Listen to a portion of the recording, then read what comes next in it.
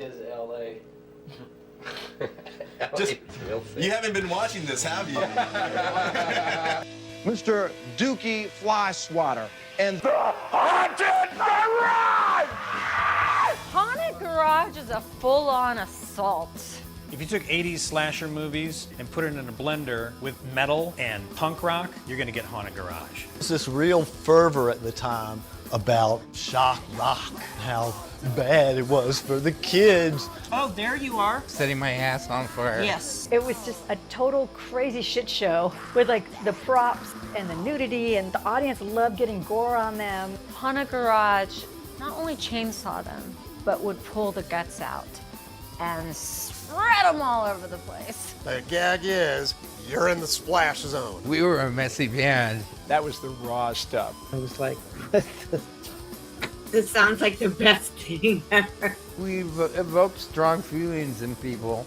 We even had our own barf bags made up. I've held on to it all these years.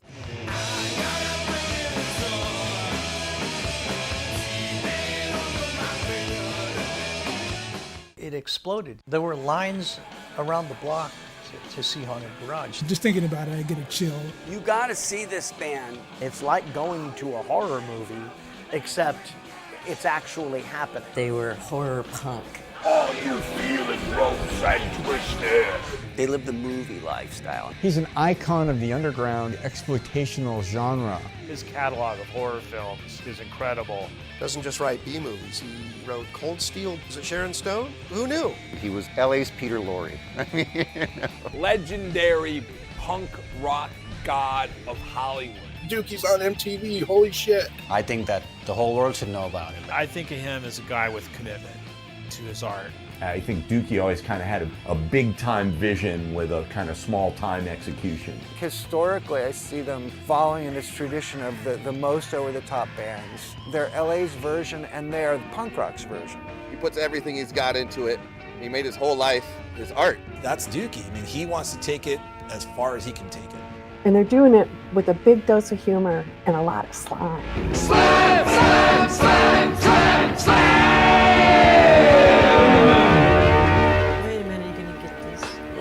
Oh, thank you.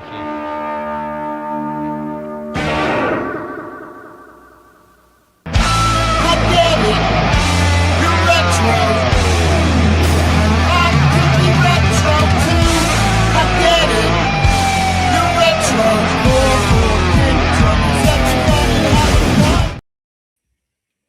Hello, it's me, Kevin Vonesper, and you are watching VonPod, the show where I talk to cult artists and musicians and other people I find interesting. Today is no different. We are here celebrating World Goth Day weekend. It is World Goth Day Eve right now, with Philadelphia's own genre legends tapping the vein. We'll see if they feel like that is an accurate description of them or not in a minute. And full credit to my brother Evil Kitty Keith for finding this band right at the start of their career in or around 1997. He will be joining me as the co-host tonight to go deep on the history of the band and maybe even the future of the band. And if it's your first time watching, hello and welcome. You guys are blowing up the chat already. This is going to be an awesome, amazing show. My name is Kevin Vonesper. I'm a musician, photographer, and documentary filmmaker from the New York City area. You may know me from my newest musical project, Pop Perversion, and I'm happy to announce that we will have a new single out, hopefully by, we'll see when this ends, but by midnight or at least sometime tomorrow for World Goth Day, and the song is titled World Goth Day. It's featuring myself, Keith Teledeath, Bree Morte, and Chris Mandry from Green Jelly on drums. Don't be mistaken though, this is not a goth song. Go find it tomorrow at popperversion.bandcamp.com. And why not go follow at Pop Perversion on Instagram too? And wait, I have a little preview for you. I literally just cooked this up before the show. So here's a little preview.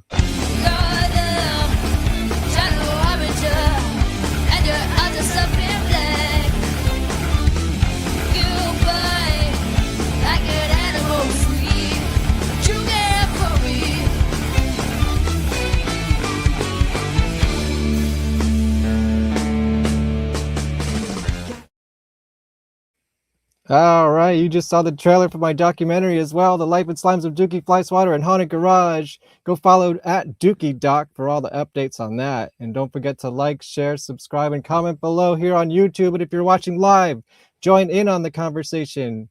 If you really like what I do, you can send me a tip from the links below or send me a super chat to make sure your comment or question is seen. I expect nothing and accept everything. And, since I mentioned my photography, I thought I'd share this picture I took this week. Look, wait, where is it? Here it is. Look, it's EMF. Do you remember EMF? And I think it's an unbelievable photo. And hopefully they'll be joining the show at some point in the future. EMF, holy shit. Okay, anyways, let's play the theme song and I'll see you on the other side with Tapping the Vein. One moment here. Actually, I'm going to bring up my co-host for the evening first. Hello, Evil Kitty Keith. Mr. Vonesper, how's it going? It's going well. I'm scrambling to get some music mixed, and I think I got it done. So we'll see. Did you like the little preview there? I did. Excellent. Can't wait to hear the whole thing. Yeah, well, you will in a few hours, probably. I figured we start this show with a little story. Well, first of all, I guess, do you remember how you heard of Tapping the Vein? I actually reached out to my partner in crime, Lou, who discovers music with me to try to figure out where we found tapping. It was one of two places. It was either on Seton Hall Radio, pirate radio, where they played a lot of indie, harder rock bands, or it was us looking up other artists that were going to be playing a convention that we played, which was the 1998 Philadelphia Music Conference. And of course, them being from the area, they were the hot local band that was at the show. And we may have found them there. And I believe the music was on mp3.com for anybody old enough to remember that. Oh, I miss mp3.com. And that had to be like late 97, early 98. Yeah, definitely. And so I thought we'd tell this quick little sort of embarrassing story about going to see Tapping the Vein one night. Maybe I'll let you start it and see what you remember. I probably remember less than you, but based on us talking, you wanted to see them. If I remember, was it the Batcave they were playing? It was at the Albion Batcave. The Albion Batcave. New York City Goth Club, which in the same building was a whole building of studios. And so your band always rehearsed next door to the Batcave. We did. And I think we had seen the flyer that they were going to play. And of course, we knew who they were. Only problem was that's a 21 and older, that's a bar. Yeah. And at the time, you were maybe 14 or 15 years old. So getting you in legally wasn't going to happen. No. So we had this bright idea. Let's dress you like you were older. Now, realize I'm not a goth and I never was a goth. And so I'm not into that whole dress culture scene. So our idea was, let's your dress idea. you up. Was it mine? I don't know, it was me Well, or Lou. it was definitely not mine. Was definitely not yours. Was let's dress you up like a college prep. So we all dressed in like khakis Make me look older. in college, exactly, to age you up and then get you a fake ID of sorts. So we got you a college ID. I think we took my old college ID and just doctored it up for you. Because I think at the time I was like 21 or 22. Yeah. You were like 14 or 15. And we tried to get you in, but evidently they didn't believe that a 14-year-old kid was over 21 years old. We didn't have the McLovin luck, unfortunately. And the ID was just the worst, absolutely worst fake ID ever. I mean, it was, so I actually found it and I figured maybe by the end of the show, I'll show you all. I'll tease this now and maybe end with the thing. And especially if I get at least $20 of super chats, I'll definitely show the terrible ID. But like, yeah, if you had just put a bunch of white powder on my face and darkened my eyes with a lot of eyeliner, it's possible I could have slipped in there.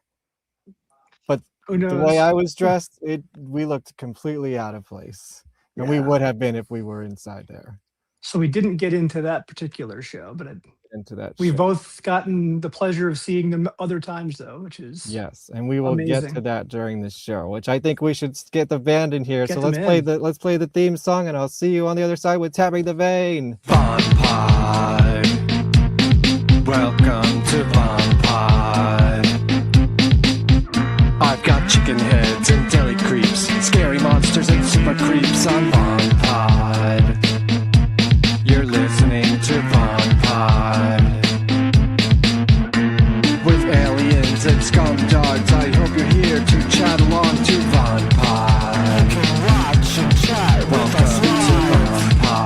Like and share and subscribe to VonPod. It's always a surprise. You're watching VonPod.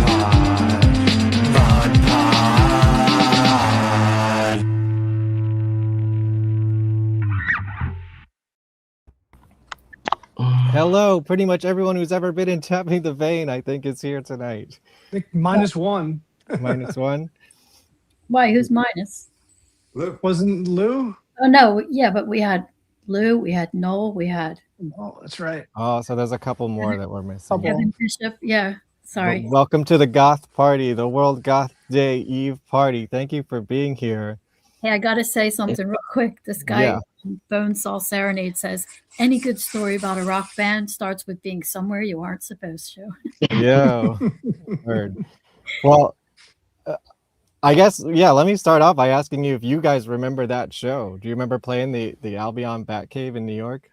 Yes. Yeah? Yeah. It was a great place. We loved it. Did The you guy- play there often? Yeah, well, maybe like three or four times. The guy that ran it was called Nigel, I think. The guy that booked us. Yeah, that was great. It was a cool little place. Like 9th and I forget where, but we played there actually. Sorry. You're going to hear some tragic stories through this podcast. Some of the guys in the band don't even know some of the stories. Kevin, by the way, you know that podcast one we're going to talk about? Yeah, yeah. They don't even know that story yet. Oh, wow. Okay. But, we played the Batcave while the friggin' embers of 9/11 were still smoking. Like we were coming, we had to do the flyover to go under the tunnel, and you could see it. It was really upsetting. We have a very similar story about that going to L'Amour's in Brooklyn. And we actually saw Lacuna Coil that night. Wow. But I think I was actually at that. I might have been at that show that you're talking about at the Batcave. I doubt you ever went to the Batcave. Well, no, because that was when I was dating my now wife. Was around 2000. Well, No, this was around way 2000. before that. Well, no, Right. but she's talking about 9/11. That Oh, yeah, was I guess. 2001, and I was dating my wife then, and I only dated her for a couple months before we got married, and I only took her to 3 concerts. One of them was Tapping the Vein, and that had to be the show. That had to be the one down at the Batcave. So you knew she was a keeper. She was, as a matter of fact, she was a huge fan, and I even have the shirt from the show. Oh wow! If you want to go old school. Put it on, put it on. No. Yeah, it's not going to fit me. She's tiny. Hey Jojo, can you get a light or something on your face? It's Goth Day Eve. He is in World Goth Day. I can't really see you. Or just move closer so the screen's like the light from the screen. If you move closer, maybe. Oh, there we go. There we There's go. the light. Nice. Well, All right, thanks, Joe. I couldn't see you. I always like to do this sort of icebreaker when I have a whole bunch of people in my room here.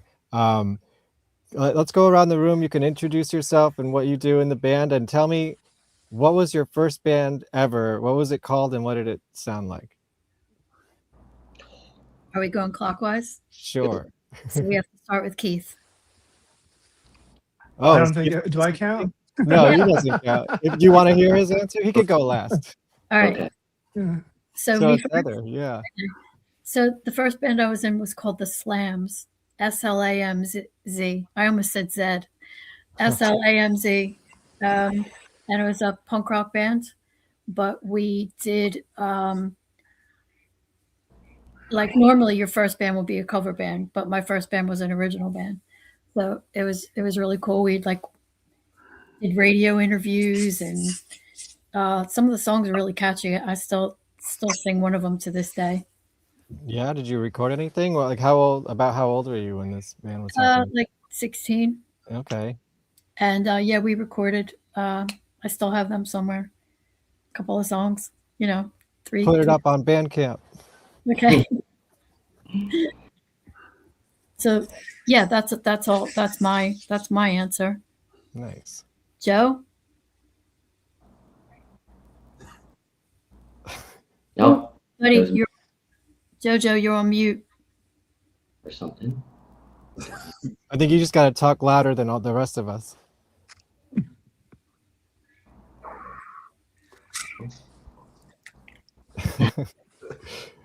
This is the party. Can you hear us? We can't hear you, bud. Well, maybe we'll skip Joe for now. We can circle back. Yeah.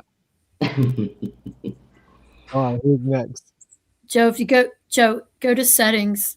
If you look right down, there's a settings thing. Look down. Below the pictures, there's a settings thing. You could try to figure it out. Sorry. If nothing else, leave the room and come back. And sometimes that just solves things for no reason. Yeah. Like long now. Yeah. Yeah. All right. Awesome. Oh, yeah. All right, Joe. Anyway, I think my first official band, I was in an all-girls band because they couldn't find a girl bass player. So they asked me to play, and that's great. it worked out great for a little while, and I really liked it until they kicked me out. But they had to see to take me to a bar. So, but yeah, I think it would be Grave Dance and Loving Strangers, which was how I actually got to know Tapping the Vein. First band technically was Loving Strangers, then went to Grave Dance, which became a little bit more goth and electronic. And we started playing with Tapping the Vein around that time, and that's how I got to know them. So they discovered me early, I guess, right? Nice. So, We harassed him until he joined. Literally stalked him. At a show. What was it about Joe that you just knew that you needed this guy? Well, if you've ever seen him play live, yeah, he's just like so natural. Yeah. I don't want to say all the moves because he doesn't like try to do the moves, but he's just like. Why have you named these moves or? No names yet, but. And he's like the most photogenic person in the band. So we were like, he'll look great in pictures. He looks great. He looks good on stage, and he can play. You know, playing's like the third consideration. Yeah, you got to be cool first. Right. Right. So we go to. That was very nice. So who's next? Guess Eric. Eric. Yeah, it was interesting. We were called, I think, Social Fix, and it was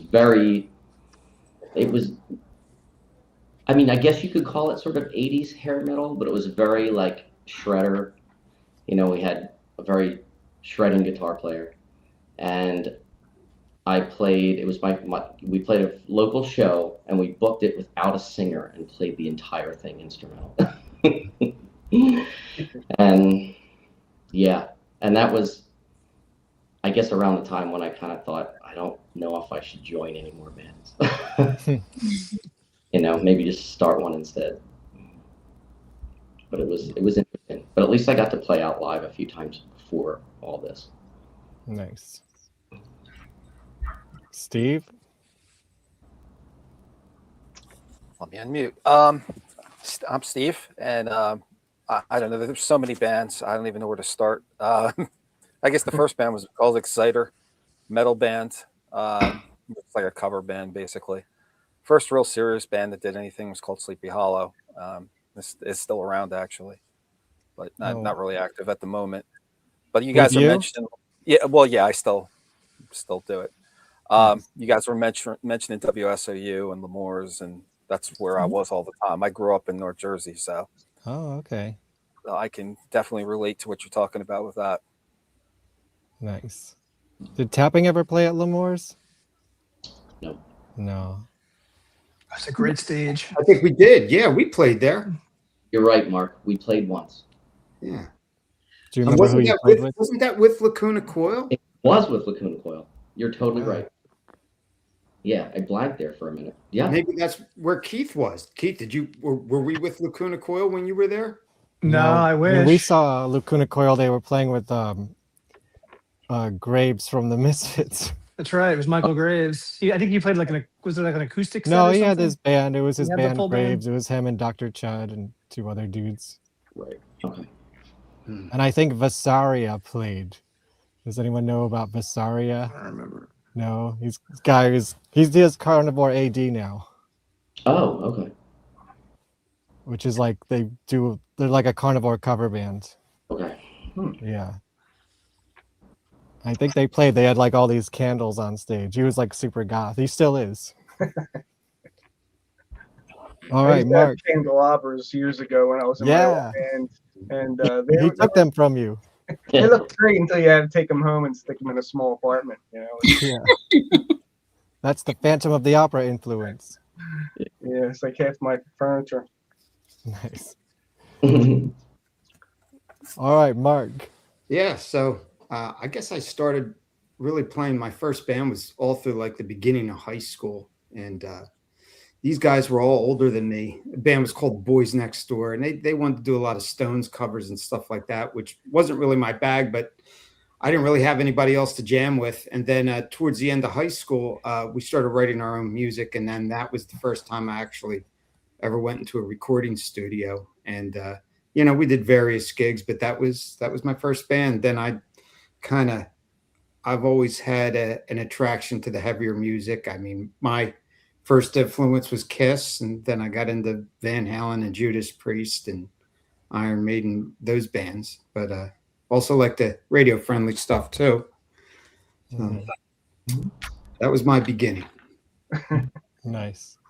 All right, Keith, what's your answer? I would guess it was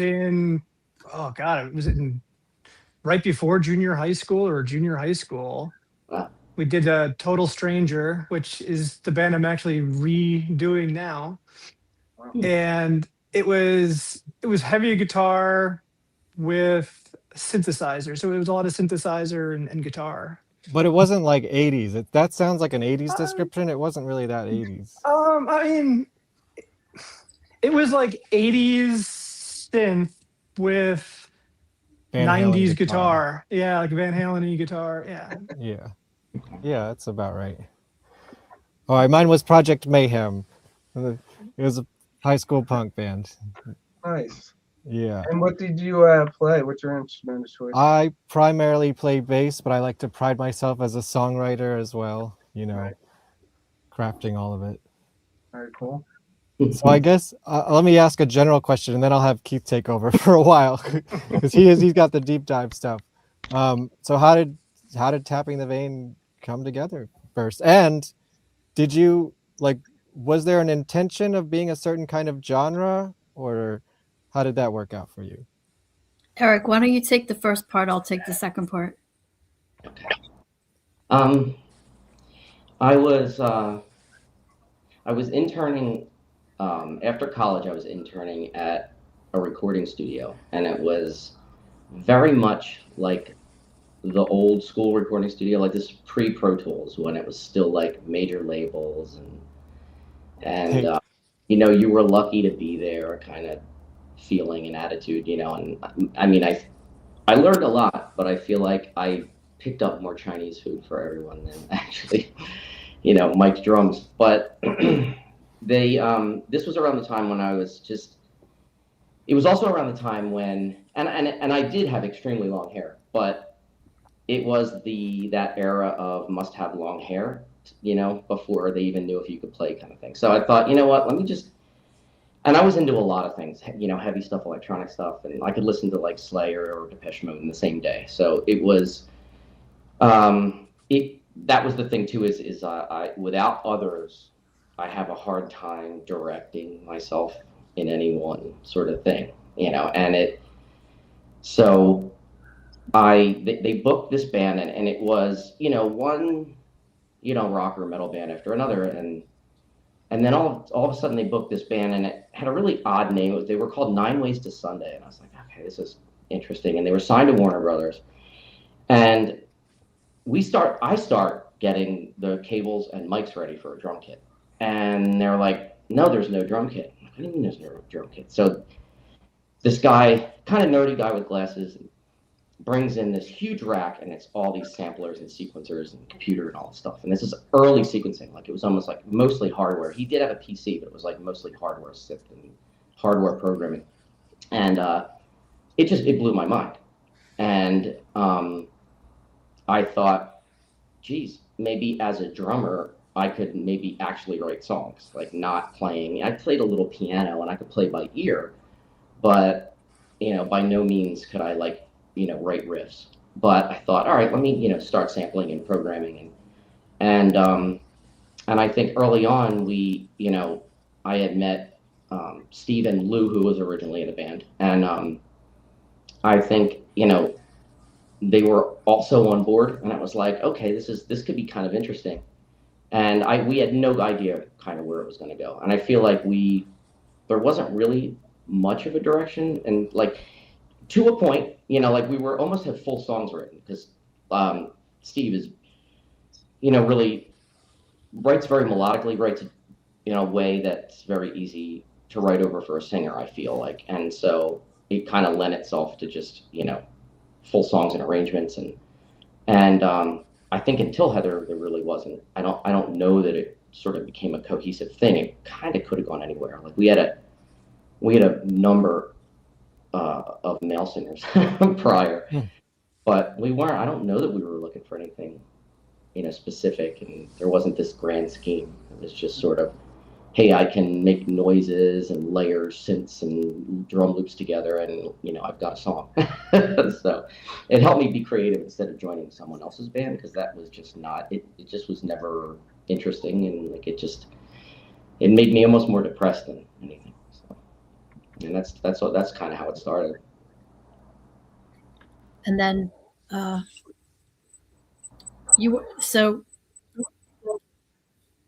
sidebar was I had just left a band I was in for a really long time, and this girl, it's kind of a funny story. It was the first time I hadn't been in a band ever for 6 months. That was the longest time I was always in a band, like band. And then 6 months I was not in a band. And this girl calls me up. I was just jammed with these girls. I was in an all-girl band for one practice. But this girl calls me up. She was the drummer, and she says, hey, I'm in 2 cover bands, and I can't be in 2 cover bands. So I want to know if you want to sing for the one that's not so good.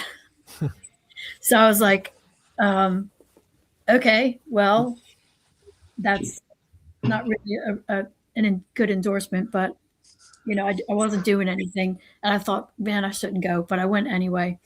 And I walked in, and this guy who's in the middle of your screen, Steve, says, I know you.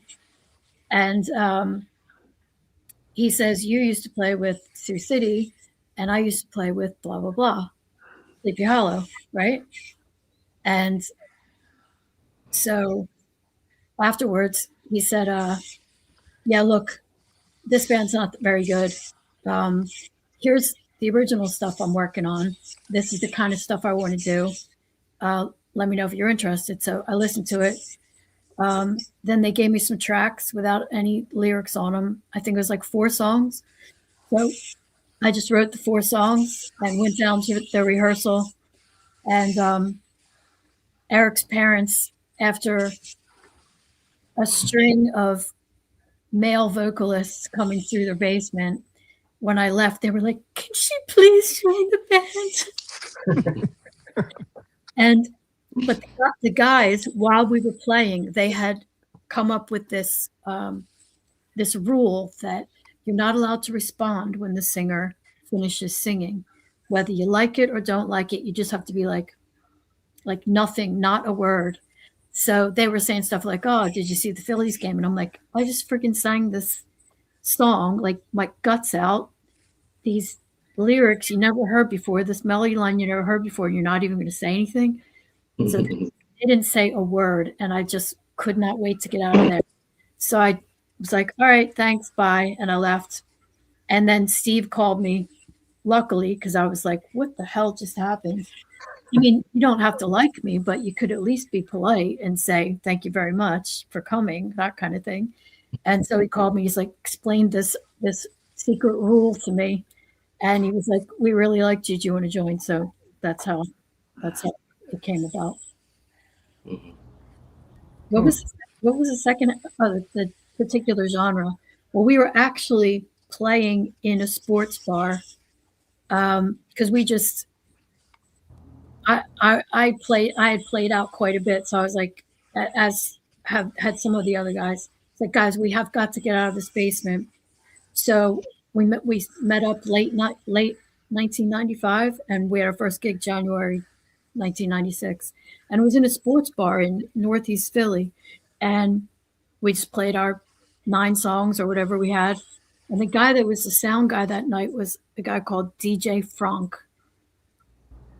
Phranque, and he was a DJ in the goth scene. And he's like, your music would really go over well in the goth scene. And we're like, okay.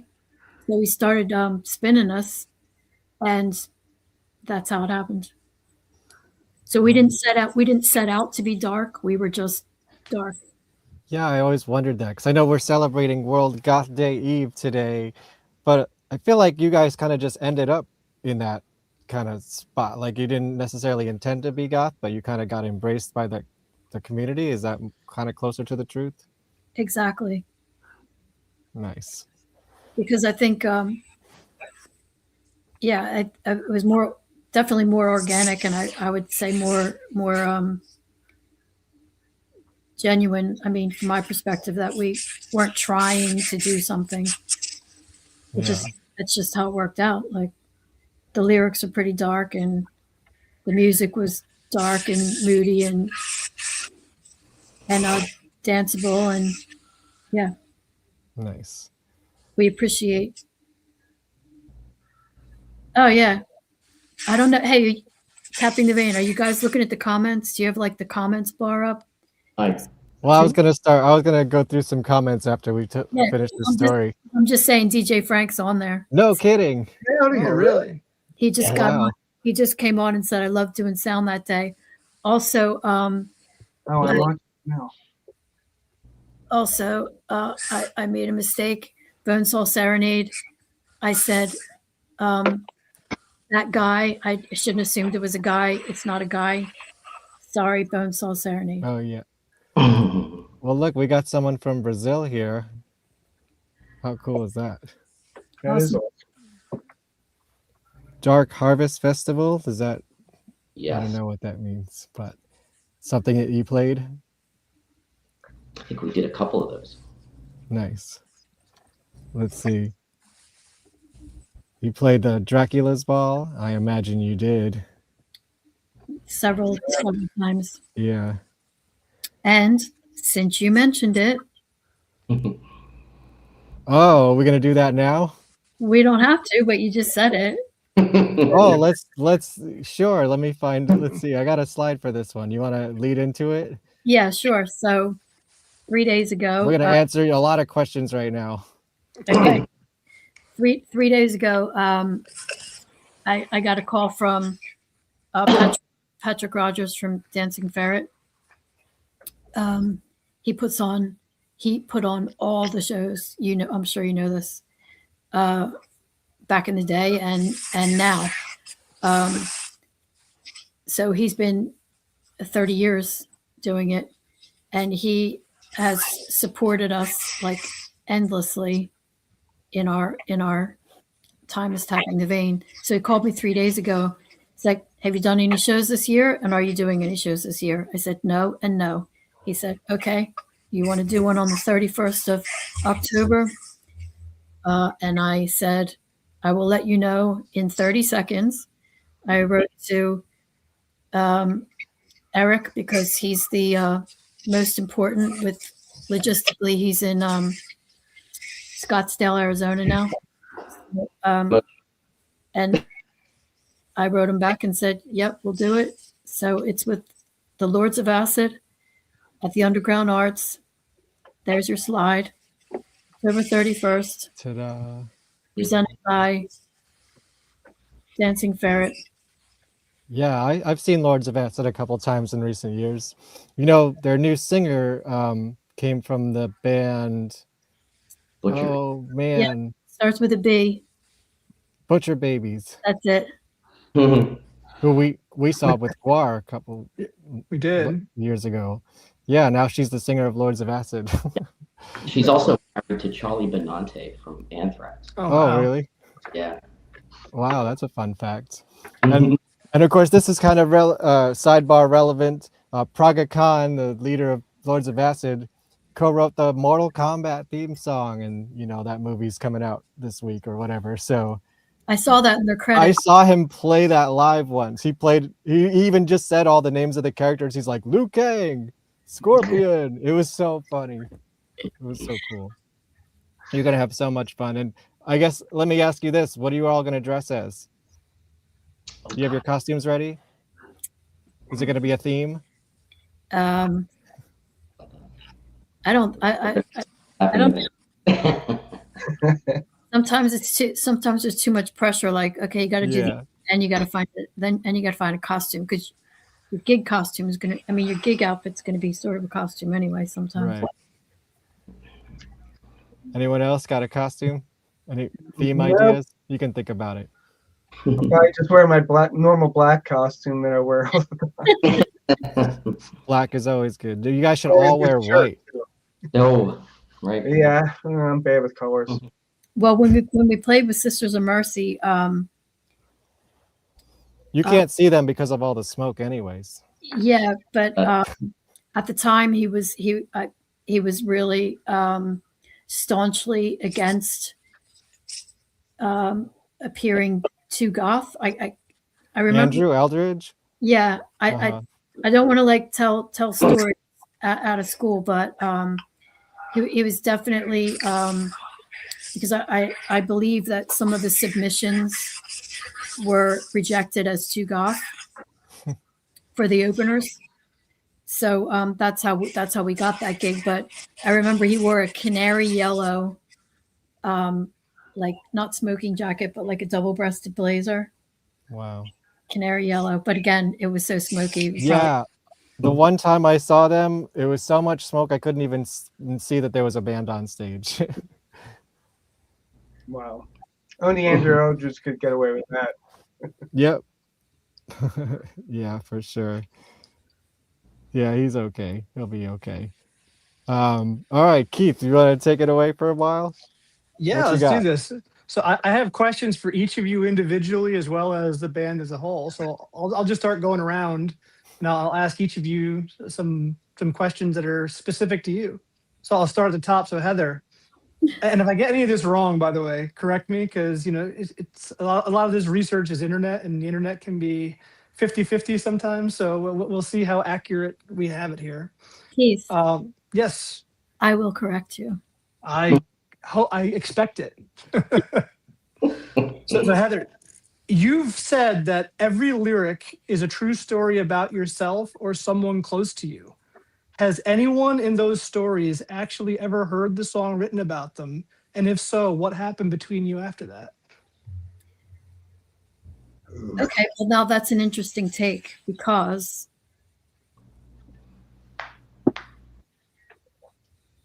right, I see what you're saying, but I'll explain.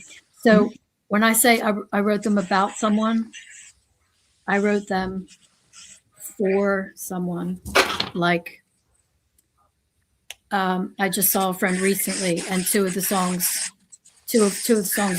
I've written were written for her. For her, from her experiences that I empathized with and wrote about. So yes, some of the people know that they're about them, but not the people that I was like pissed off with or hurt by or whatever. And if I wrote a song about someone that I didn't like, they don't know. But some of the people that I wrote for in a kind or like cathartic way, they do know, but not all of them. Only some of them. Bonnie, get me more wine. I'm going to. You're on video. I know. So you just fell off your shelf. It was my pillow. Sorry, my sister lives exactly 20. And can you see where my phone is? Exactly 20 steps away from me. So sorry, she just came over here. Bonnie, stop! Don't. We all thank you for the wine assistance. Thank you. Sommelier. So did I answer the question? Yeah. So what the people who do know that you wrote, what was their reaction? Were they like honored to have songs written about them? I don't. Honored would sort of imply that a gesture from me is something amazing. They were more touched, I guess, grateful that their story was being told, even though the names will never be revealed. But they knew that I knew what they had gone through, and I think they felt touched is the best way. Thank you. Very good. Does that make sense? All right. Yep. Okay. So let's move on. We got Joe. From what I understand, you came out of the Philadelphia goth scene playing with bands with more of a theatrical European kind of cold wave aesthetic. Tapping is more raw and more American. What did you have to unlearn or learn when you joined Tapping the Vein?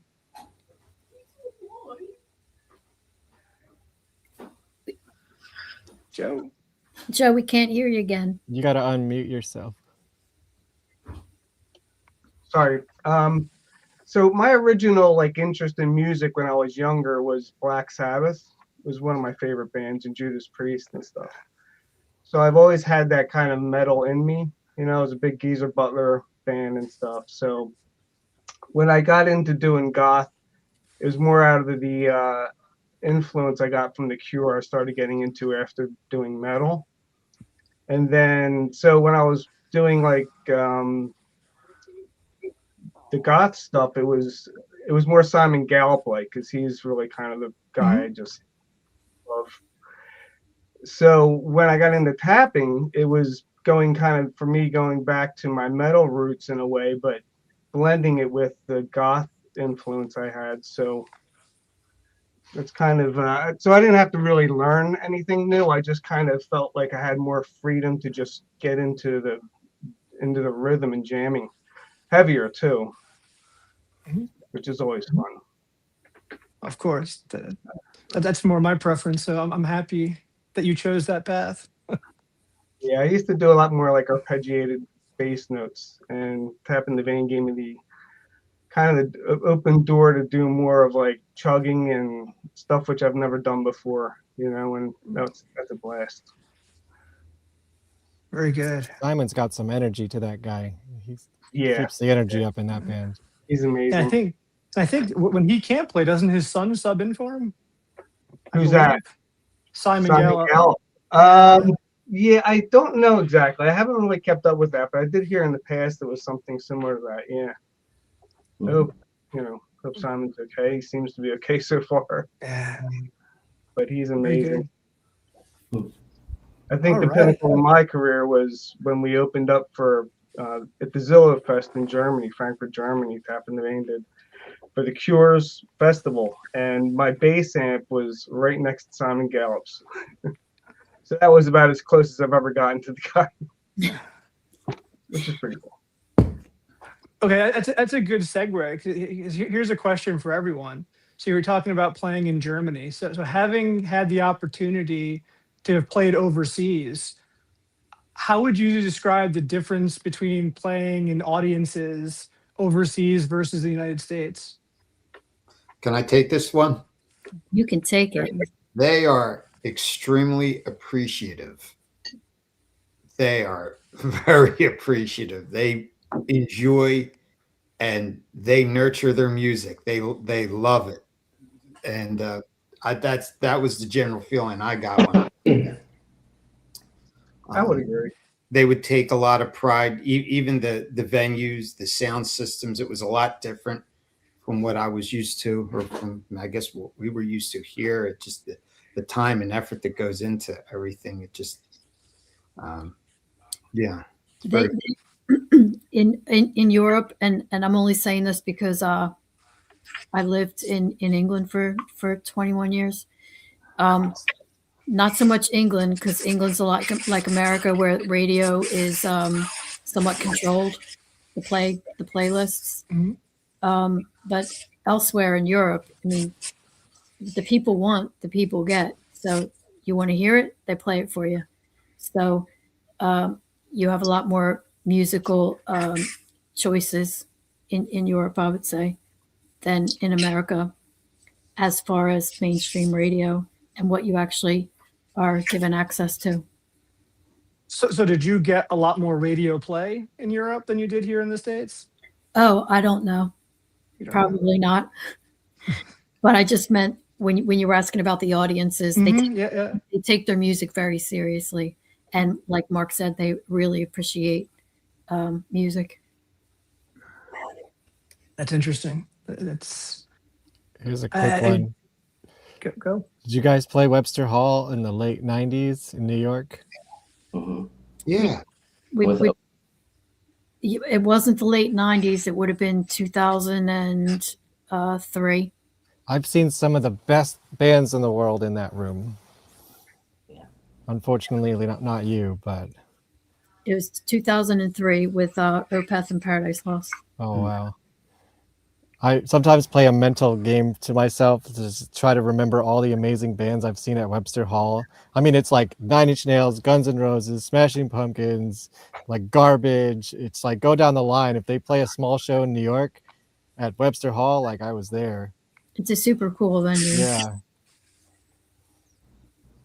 Very good. That's my story. I'm sticking to it. Okay. So let's go to Steve. So Steve, you were writing with Eric before Heather was in the band, before there was a singer, before there was a name or any real sense. What did you think Tapping the Vein was going to be back then? And how close or far is that from what it actually became? Well, I don't know. I mean, we did a 4-song demo together with another singer. We were almost like a 90s kind of band at that point. And but we were delving into the electronics, into the Ministry kind of feel. Ministry was a big influence. So it's like, you know, that's where I thought we were going to go. I always thought we were going to go into the more heavy electronics. I probably thought maybe a little bit more towards the heavier side, but then Heather became involved and it became something, its own creation, basically. It's just, you know, the music is just so listenable to so many different people. You can put on the tracks and you hear anything from a piano and a violin and Heather singing to, you know, full blown out, you know, band.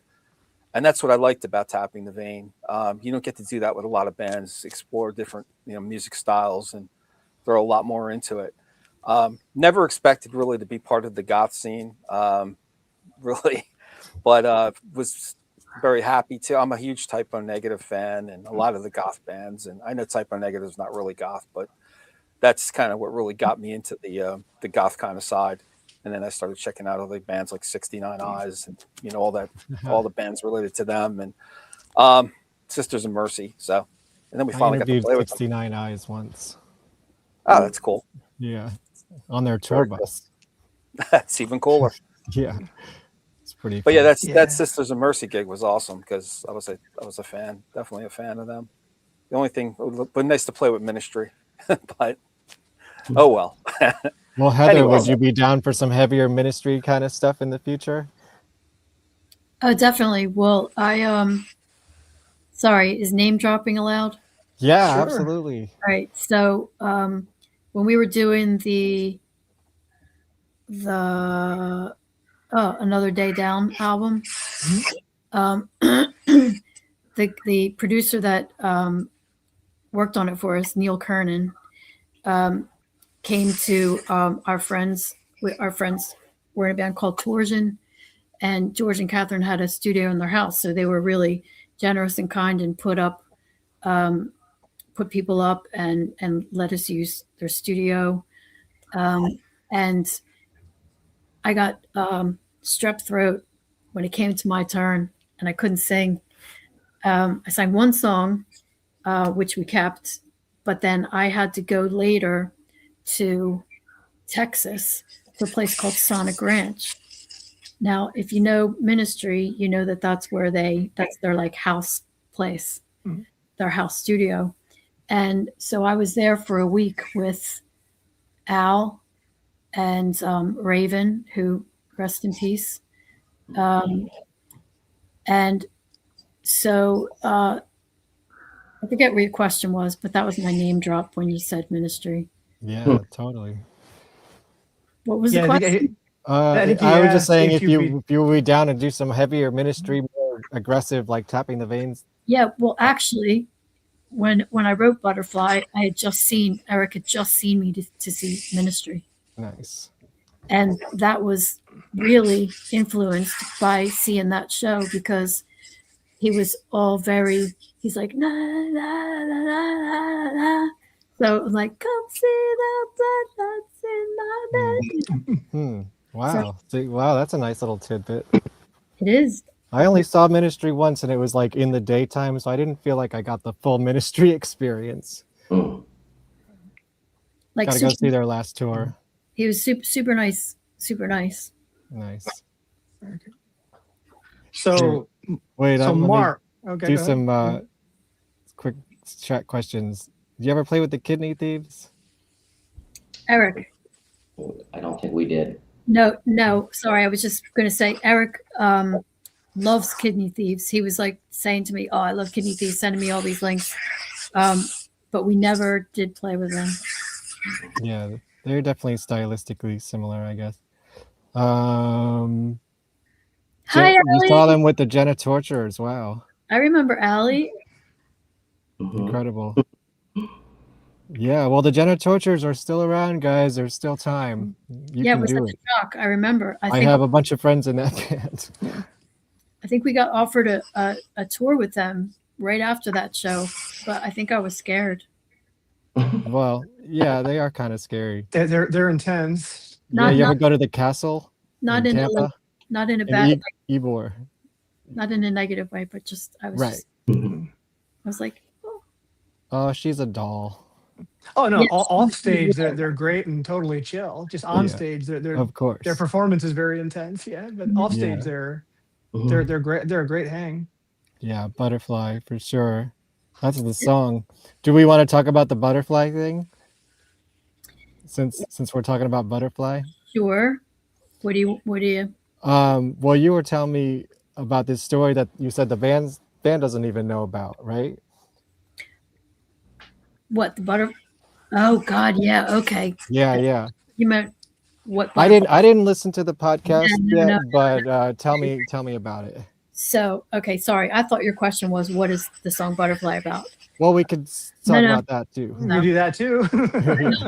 No, we don't need to talk about that. But yeah. So guys, I got a call from this lawyer who works for like the Innocence Project type organization. And she said, "Are you aware of this case?" And I was like, "No, I don't know what you're talking about." So she tells me about this case. The guy's name is Scott Baldwin. He was convicted of murdering a shop owner. Now, the primary evidence against him was his girlfriend's testimony that she drove him there and then acted as a lookout, which turned out to be a lie, but that was the primary testimony. But the secondary testimony was that convicted him was his obsession with the song Butterfly. And they read the lyrics out in court. He played Butterfly over and over and over and over and over again so that the children of the neighbors knew all the lyrics because he played it over and over and over again. But one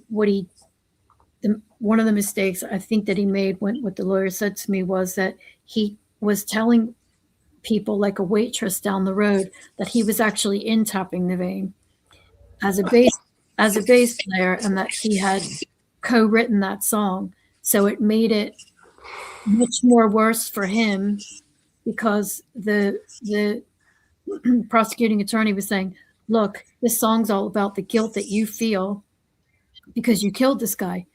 Come see the blood. Come see that, you did it. And it's all there. And that she sent me the transcript and everything. So there's a podcast about it. So he was eventually released, but sadly passed away 2 weeks later from cancer. So there's, I sent you did you look up the podcast? I looked it up, but I didn't get a chance to listen to it yet. Okay. Maybe you could like share the link or Right. something at some point. Yeah, I'll try to put it in the description. Something about a bike shop killer or something. Yeah. Yeah, I'll try to put it in the description below after the show if anyone wants to check it out.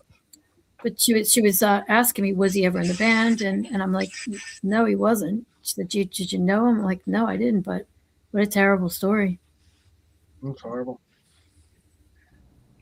That's nuts. Anyways, exclusively here, Tapping the Vein in court. True crime podcast fame. Yes, here we go. Sorry. All right, I'll give it back to Keith. Oh, sorry, Keith. I don't know how I'm gonna follow that one up. Yeah, that's a good one. That's a tough one. Clearly, you didn't dive deep enough, Keith. I didn't find that one. So let's go on to Mark. From what I understand, you have classical training and a jazz background. What does that actually feel like when you're playing in a band like this, loud and dark? And does the training help you or fight you or just disappear when the volume comes up on stage? It doesn't really have anything to do with it, believe it or not. Maybe it does in some way that maybe I'm not realizing, but quite honestly, this was when I joined the band. It was a major learning curve for me because even though I have that background, my heart's always been in hard rock, shred kind of stuff. Guitar, very guitar forward, did a lot of solos, that sort of thing. And this was new for me. So I had to not only copy what Steve had written, which was perplexing for me. I was like, how did he do that? Like, and all the lower tuning stuff, that was all brand new to me. And it was interesting. But then I'm like, well, how am I going to help write songs with these guys? And you come from such a different genre.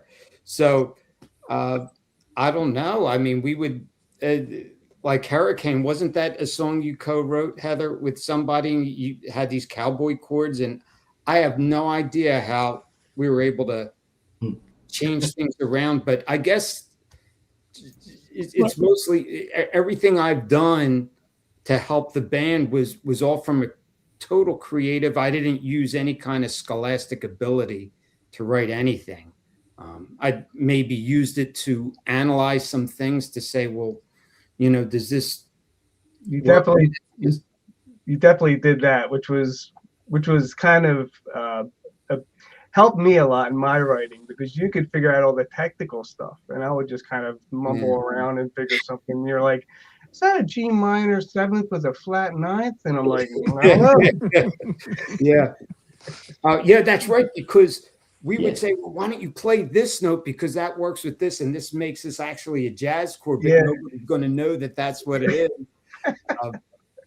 So that was some very interesting times in the writing process, and then not only just harmonically how we would come up with things, but then using a lot of different layers and different tones, which is something I'd never really done.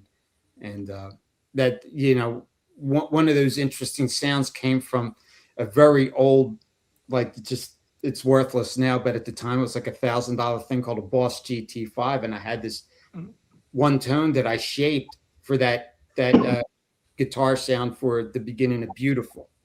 And there was like so many different things that I had used in that to try to create layers and stuff like that. So, and then between the rest of us, we would just kind of,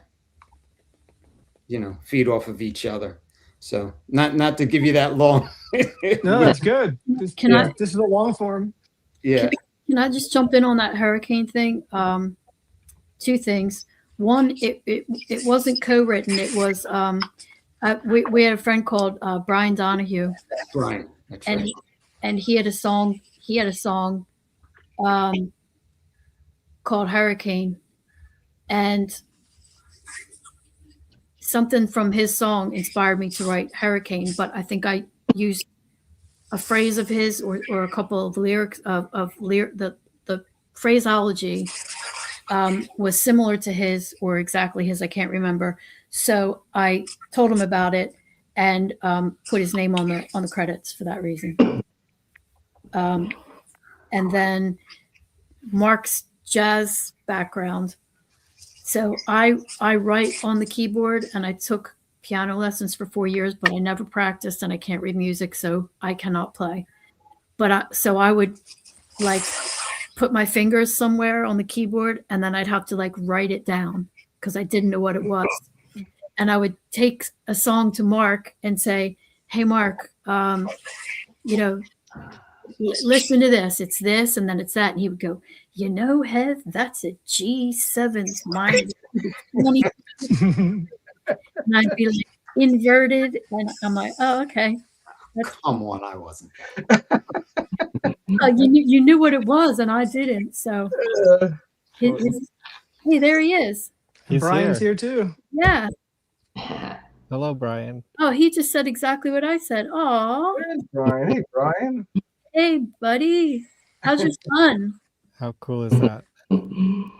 So, Brian Donahue, that was one of the reasons we started to get a following in Philly when we first started out was we joined this group called the Local Musicians Alliance, LMA for short. And there was like 4 or 5 bands, maybe 6 bands that were in this Local Musicians Alliance. And what we would do is we would do a gig, we would share equipment, and everybody would play 4 songs. So their 10, 20 people that they brought heard our songs. And then the other people's 10, 20 people that they brought heard our 4 songs, and vice versa. So we mingled the crowd in such a way that we got a lot of diversity in fan base. And we met some really, really cool people. There was bands like Moonspell. What was Eric Kaplan's name? Eric? Cottonmouth. Brian's band. Oh, Brian, I'm sorry. I can't remember the name of Brian's band. Well, it started Brian, what was your band name, and where can we hear your song Hurricane? Brian's brilliant, by the way.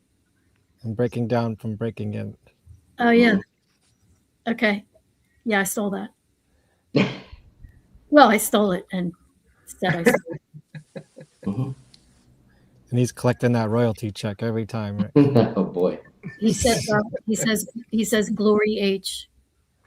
Glory H it became. Yeah.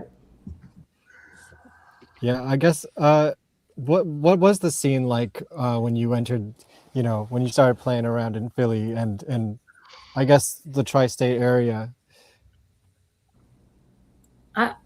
It was great.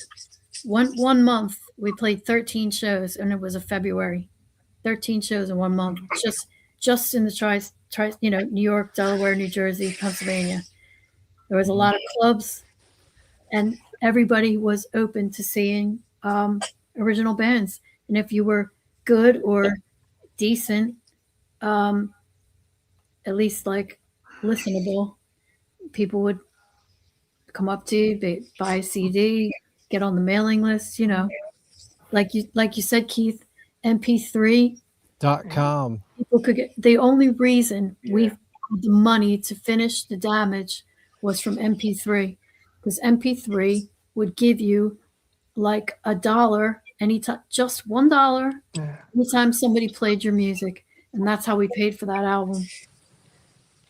Yeah, MP3.com, I remember using them too back in the day. What was great about them is you could get CDs made through them when people actually liked physical media. And you didn't have to order in bulk. So unlike the most companies you had to order by the hundreds or by the thousands, you could order one or two and it would come pretty professionally made if you wanted to like get them manufactured and sell them or distribute them. This is legit. That's crazy. Oh yeah, that's legit. That's our Undone CD, and From mp3.com. oh right, and that picture was taken by Kevin Bishop on a rooftop in South Philly. Nice. Okay, I think the first tapping EP that I must have gotten when I first discovered you guys, probably in '97 or '98. I don't even think it had a cover. I think it was just the CD. Oh, yours is different than mine. It's the one on the left is the original, right? This Eric? one? Kevin's is first. Kevin's is the Wow. original, yeah. That's the original. How the hell did I end up with the original? Yeah, I don't know. I might have bought it more recently. I don't remember. And that was early Photoshop, and at the time I was going to school, and I was still I think I was buying music. I was the music buyer for Borders, if you remember Borders Books and Music. And Yes, I worked at Walden Books for a while. Oh, there you go. Yeah. And I worked with Melissa Sabatino, who is the wife of the drummer for the Dead Milkmen. Oh wow, the Dead Milkmen were a fan of my band for a little bit. Yeah, and they were so helpful They- to us. the industrial goth scene. That singer of that band, he loves that stuff. Loves it, and it was really interesting. And she actually did that collage for us for that first CD. That was all Melissa. Yeah, we've had a lot of people that have done us a lot of. Connection to the Dead Milkmen. Yes. Yeah. Very cool. So Eric, you're next. You were talking about working in the studio. You were talking about the nerdy kid with the synthesizers. Yeah. Was that Charlie Clouser? It was. Yeah. It was Charlie. So you've said that. Go ahead. Pre 9 Inch Nails, Charlie. So the question is, what specifically did you hear him do that changed you? Was it a single sound, a technique, a patch? And what was the moment that made you think, I need a sequencer? Well, that's interesting. So I think the most interesting thing was it was an incredibly odd mix. And I think that the band, which I also kind of feel that way about us a little bit, it was a weird time, and I don't think anybody was kind of ready for what they were doing. But it was, and this is going to sound really sort of odd mix, but it blended perfectly, which was even crazier. The guitar player had more acoustic guitars than I've ever seen in one place, and he used them all, and he would layer these things, and it was beautiful. And then you have Charlie with like no live drums, everything was programmed. And then the singer was like a young Andrew Eldritch. And I remember he insisted on recording all his vocals alone in the control room, and he would like start and stop the tape. Just very trusting of the, which I was kind of shocked that it happened. But they were, and it was like REM, jangly, alt guitar, acoustic guitars, a very goth, very Andrew Eldritch vocal, and these programmed drums. And I thought, like, what an interesting combination. And it worked perfectly. And I think that sort of made me realize, well, with the help of sequencing and programming, and maybe I can, not just be a drummer, I can actually be a drummer that helps write songs and starts ideas. And it was a way for me to kind of get the ideas out, where I, just playing drums, I can't really, I had these ideas in my head, I'll play the beat. Like it doesn't help. with the sequencing, I can like, you know, as I was learning, and to be honest, I mean, there's songs to this day like Falling In and Butterfly even where I completely ripped off. Like Falling In, that long intro was long because I completely ripped off The Cure. Like just that's what. and Butterfly, it's like, you know, I'm doing Depeche Mode, and it was me. That's how I learned. I just would mimic what I heard, and that's how it helped me learn. But you know, seeing that combination and watching, you know, him come in, and it just was very, you know, 9 out of 10 bands that we would record, you know, as soon as we heard the drummer was coming in, we're pulling mics, and it was very interesting for me to go, oh yeah, there's no drum kit. And I thought, oh man, that blew my mind. And you realize they're going to come after us now for the $4.70 in royalties. And hundreds of other bands that have ripped off The Cure. But yeah, I mean, those are my influences, you know, as I was doing that, and it would just help me. And I would just layer things by ear, and that's just how it kind of started. But it influenced me in that way. Like it just kind of showed me like, geez, maybe I can actually kind of, you know, do this or start my own ideas and songs. So before we brought you in, make sure Brian gets paid first. My brother that's where you and I can were- find Hurricane right There's here. you can. There. Oh yeah. Okay. So Kevin and I were debating. I thought I had read that on your first EP, yes, there was no actual live drums in that recording, and that there was no actual live drums recorded until The Damage. Is that So, true? Or no. No. Oh. We And it's were funny because we were debating. Me and you No, were. me. No, us, yeah, us. No. No. So the interesting thing about that is, so like the first, well, I guess we call it the Butterfly EP for lack. So I feel like the drums are actually more live and present to me. I guess maybe because I always reflect back to being in that room. Like I picture the room that I'm in. Like I can still to this day remember the studio. It was like in a house, and we were upstairs. And I remember, and we were so new at doing this that I didn't play with a click. I just play, which I kind of still don't. I do that in the studio now, but live I don't play with a click. I just listen to the programming because I feel like it keeps me less rigid. And I'm so used to hearing all the programming. But we didn't play with a click. I just played against the programming, and I feel like, and not only that.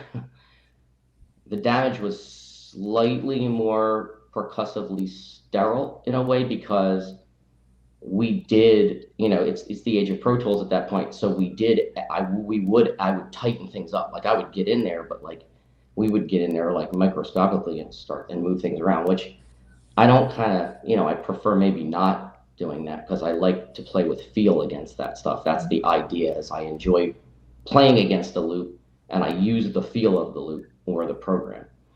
But I think with Butterfly, yeah, well, we would just wing it like against the programming. And so I almost feel like that's almost more of a live drum feel than later on. Yeah. Where it became more, you know, technical. That's what I felt, yeah. But there's live drum and everything, and that was the idea. I wanted, and maybe sometimes I wish there was a bit more of a contrast where I like the fact that this definitely sounds like an acoustic drum kit layered with the programming. Yes. Yeah. And so on the EPs and the album, the first album, there's live drums and electronics. Yep. And what about the second album?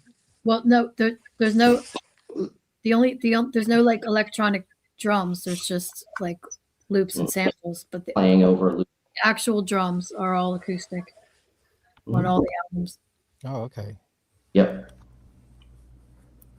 I was wondering like what your philosophy of like live versus, you know, not live, but you know, acoustic versus electronic, and like the balance between the two things. It's the I think I think we agree too, because the other thing Kevin and I were talking about was if you listen to the two versions of the Butterfly from the EP versus The Damage. Yes. There is an energy on the EP that's kind of not as energetic. You said it's a little bit sterilized. It's a little, but I mean, they're both great, but there's like an energy on the EP that's just. Yep. And I can't tell you how many I could pretty much say, especially in Europe, every show, someone would say, you sound so much better live. But I think it's because sometimes things can flatten if you're not doing them correctly, you know, whereas, and it's a shame because it's like, now I know, like, oh, you know, like there's these things that you can do to make it sound live. I mean, take Van Halen, for instance. I mean, their studio sound like they're playing in an arena, and it's amazing. And there's ways of doing that, and it's like, and I like that with the, along with the electronics. I like hearing that contrast. So I think with live drums, like I would always play acoustic drums because, you know, electronic drums, unless I'm using, and I'll use, you know, they're so prevalent now, like sample drum kits and stuff, and at least they're responsive. But with traditional like electronics and stuff, there's no, you know, it's not a visceral dynamic. I like the fact that, you know, if you know, here comes a heavier chorus, you know, and I can slam in there, and that, you know, that I like that dynamic to be natural. I think the first album I remember really hearing that dynamic was Earthling by David Bowie. Oh yeah. Yeah. And that's around the same time too. Yeah. This can piggyback off of that question. I was kind of curious. I'm not really a gearhead, but like, what kind of samplers and sequencers and technology were you using in the 90s for Tapping the Vein when you first started? It was a weird evolution. Like, there was a company called, and actually they were in Pennsylvania, but they were called Ensonic, and they made all of the early Tapping the Vein stuff was literally done in one box. It was hardware, no computer. I would literally get in there and just, it was like numbers, and, you know, and it was all sequenced, and all the sounds came from within the one box at the time. But the ASR10 was probably one of the first, like, where you would start to be able to, like, it was an affordable sampler where, you know, and prior to that, you know, you had like a synclavier, and the only person that could afford it was like Peter Gabriel. So it was like useless. So, but that's where it started. I would start to sample, like I would use found sound and a mixture of, you know, the internal sounds of the Ensonic, and it was great, and it sounded great. And then I moved on to like a Kurzweil. I think it was like a K2500. But then soon after, like, you know, it evolved into like using software, and I think I used a mix of Pro Tools and Logic, but mostly Logic to compose and create, because it's more for composing, I feel, than recording. It's gotten better, but, you know, it was the early, this was before Apple bought it, I think. But then I've been through like every iteration of Pro Tools or Logic, I should say, and I've kind of stuck with that, and it's what I've gotten comfortable with. So do you have, like, when you play now, do you still have the original sample loops, or do you have to like recreate them, or how does that work for you? No, it's all like the original stuff from that I've just, like, you know, thankfully it's all digital, and, you know, but yeah, I've kept everything, and for the most part, and so a lot of the stuff, it's like, you know, it's all, I would probably say, like, anything that ended up on the Damage, you know, that's the backing and the programming, or what we use in the studio there, that's what you're hearing. And then if it was something from the EP, you know, the EPs, and it didn't end up on the Damage, it's directly from back when we did the EP. And so thankfully it's, you know, they've lasted, and I have multiple copies of everything. Yeah, that's good. Mm-hmm. And and one more question, like, when you did the Damage, was this completely re-recorded, or did you use like the basic tracking from the EPs, or how did that work?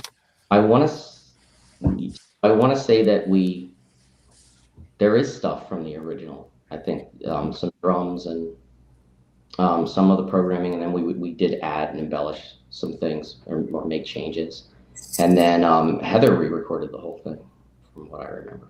So we definitely re-recorded guitars, bass. The only thing I don't know about, I mean, the samples might have been, the programming might have been the same, but everything else was recorded again. And the reason we did that is because because people ask why did you already put those songs out? Why did you put them out again?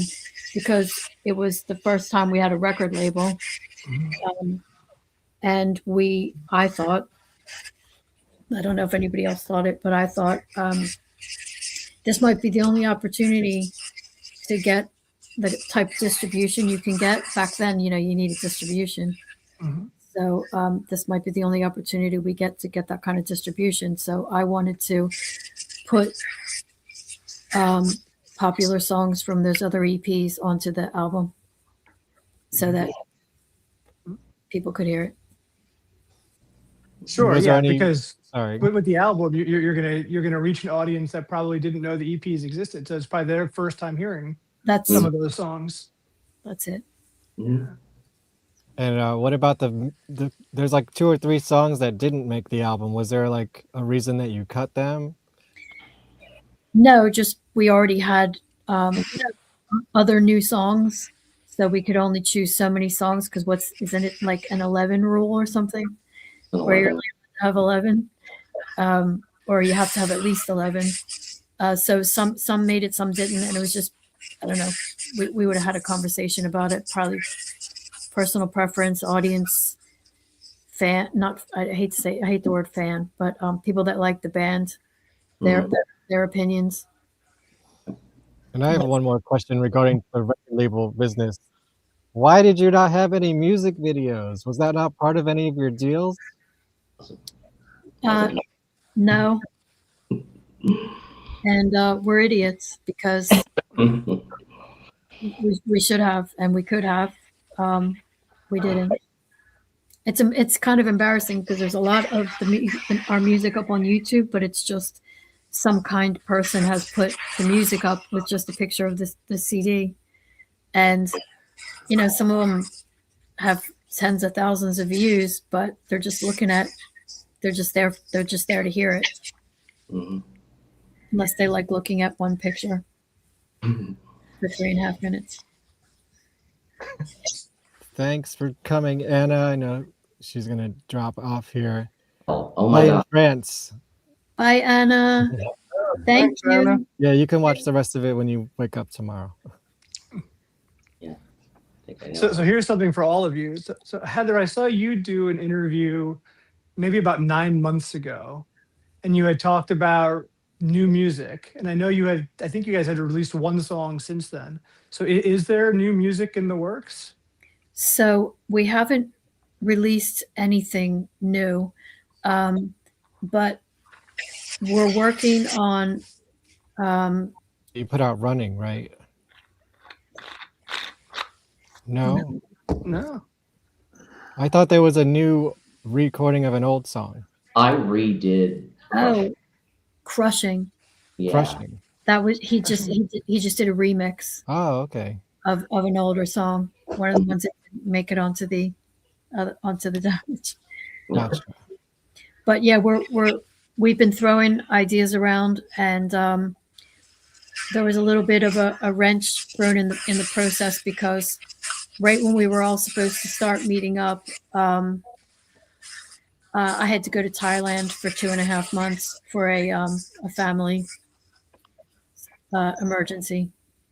So my stepmother was a Thai lady. Unfortunately, she passed away, but her wish was to go back to her home country. So I was the only one that can be easily displaced because I can work remotely. I have no children, and I was able to go. So I just got back like on the 30th of April. So we will start again. I will communicate my ideas to these guys because you can work from anywhere now. But I just didn't. I was going to try to fit the keyboards in my suitcase, but I couldn't. So when we say being the fact Steve's on, are we talking about a 2-guitar situation? Now, it's funny you should mention that because when I was thinking right before this podcast, I thought, I'm just going to throw it out there to the rest of the band. And maybe when we do the 31st of October gig, maybe we can have 2 guitar players live. I'll just leave it there. Peer pressure, peer pressure. If you can figure that out, it'd be amazing. No, no pressure. I'm available to help or not. I mean, if I don't play, maybe I'll come and help everybody tech some gear around or something just to hang out. Either way. That would be great. It's just funny because Steve did some really cool things that Mark has trouble emulating. And Mark, like he mentioned that specific sound in the beginning of Beautiful. When we started rehearsing with Steve again, Steve, correct me if I'm wrong, but you were like, what the hell did he do? How did he make that weird sound? Yeah, there was a lot of guitar synth that I wasn't used to. I'm just, I don't buy. I'm really bad with gear. I just do what I can. I believe in none of it was synth. Cool music. You know? I mean, it's cool to do. I know you did a lot of cool stuff, but it's just like I kind of did it just with what I had. So well, I had a problem with this. What's that butterfly? The stretch. Yeah, well, everybody complains about that. I don't know how that even came about. I didn't even know how to do it. Rick I didn't either. I still don't even know what it is. So you see what I mean? All problems. Badass chord. That's what it is. All problems could be solved. Marky can do his. You can do, and Steve can do his. All right, I'm gonna leave it there. Yeah, and if you could work that out, I mean, doing a song like "I Don't Feel" off the last record would really lend itself to like a two guitar, and it would sound amazing live, I think. Yeah, Beautiful always needed like two guitars for the Mark used to hate when I would say it, but because there's a part when it gets really heavy or heavier with the vocals at the end of Beautiful, and Mark goes back into like the lead bit, like the hook. And on the album, of course, there's rhythm guitars in the background, but live it just drops out. So as far as from my perspective, I always used to feel like there was a drop that I would have preferred wasn't there, because at that point I was getting quite, expressive. Anyway, but I think both Mark and Steve, I think, prefer to work alone, like an assassin. So I just want to say thank you to the super chat here. This CLE Joe, thanks for setting this up. Saw TTV with Seraphim Chalk and Electric Hellfire Club back in the day. I'd never heard of you guys before the show, and I've been a fan ever since. And thank you so much. You guys get to see the ID. You ready for it? I am. Okay. This is going to be embarrassing. This is really terrible. I didn't make this, Keith. What is this crap? It's like literally just like pasted on top and cut out a picture, and there's no way people thought I was going to be 21 or older. But it makes a great story now. Hey, Kevin. Yes. You know that the comment that just came up, Seraphim Shock, you asked me to send a couple pictures. One of them that I sent you was with the bass player from Seraphim Shock. Yeah, we can start getting into pictures if you guys want to do some picture commentary. We don't have to right now, but just for the viewer, just so you know, yes, that was a really cool tour. Amazing. Yeah, I loved it. So with the new music, is this going to be like with a label, or is this going back to the indie days? That's a good question, because when we did we have a guy that used to take a lot of pictures from time to time. His name is Jerry Bennett. He works for Metropolis now. And after we played the last gig in August, he was backstage and he just said, if we get anything together to let him know. But we have no idea. I mean, indie, label, doesn't matter as long as we can put something out. Yeah, Metropolis will be great for you guys, probably.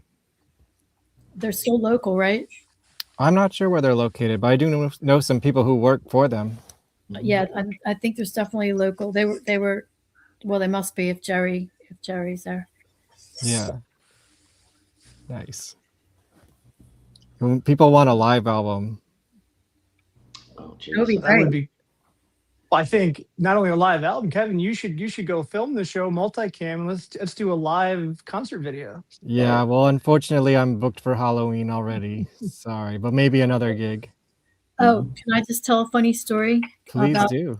about you? About you, Kevin? Yeah, sure. You want to? Should we do a? Should I play a video while you're talking? I know what one you're gonna play. What song? What song do you want to hear? Oh, I don't know. Do we have to? Isn't it too long to play? Well, yeah, we can talk over it. Anyway, Kevin was saying, if there's any videos that you're aware of that he might not be aware of, let me know the links. So I sent him this link, and I said, Sorry. Lower. Yeah, no, it pops off really loud, and then I gotta lower it. Yeah, go ahead. I said in my message to him, yeah, this is a really cool gig, and it's a full hour gig, and we played live quite a few songs that we usually don't play live.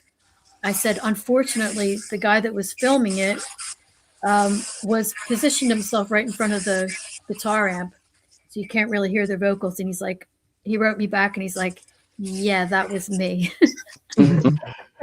I would like to correct my tone. I was more like, hey, that was me. Oh, okay.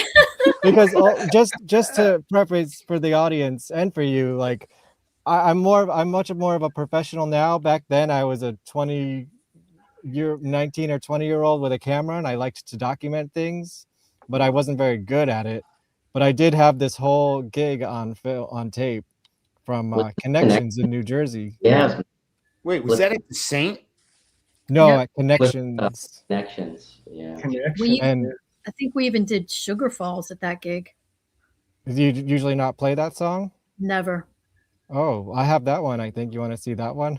I know you have it, because when I was skipping through to see if the recording got any more clear with the vocals. Yeah, unfortunately. Now I can fit a whole studio in a backpack, and back then, the technology didn't quite. And it's a good It's gonna thing. be really loud first. But Oh, jeez.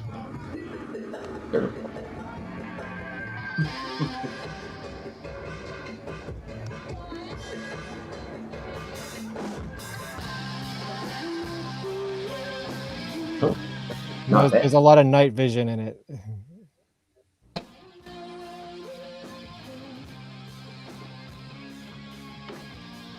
Wow, I actually like it.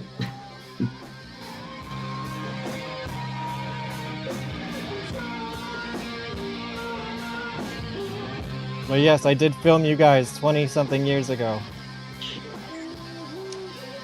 And you played with a band I was going to ask you if you knew anything about, because they kind of fascinated me. Ghost Orgy? Oh, jeez. You remember them? I remember them, but I don't know anything about them. No, I'm sorry. That's an interesting band. And they had a violin player too. That's great. Really? Kevin, didn't you film them somewhere else? Because I remember when I was living in Brazil, you saw Tapping the Vein and you sent me a video clip to say, hey, see what you're missing. I don't think it was this show. Wasn't there a different show? I don't remember. It had to be any other around 2000, end of 2001, early 2002. Are you sure it wasn't this one? This one's probably from around then. Was it? Then maybe it was this one. Could be.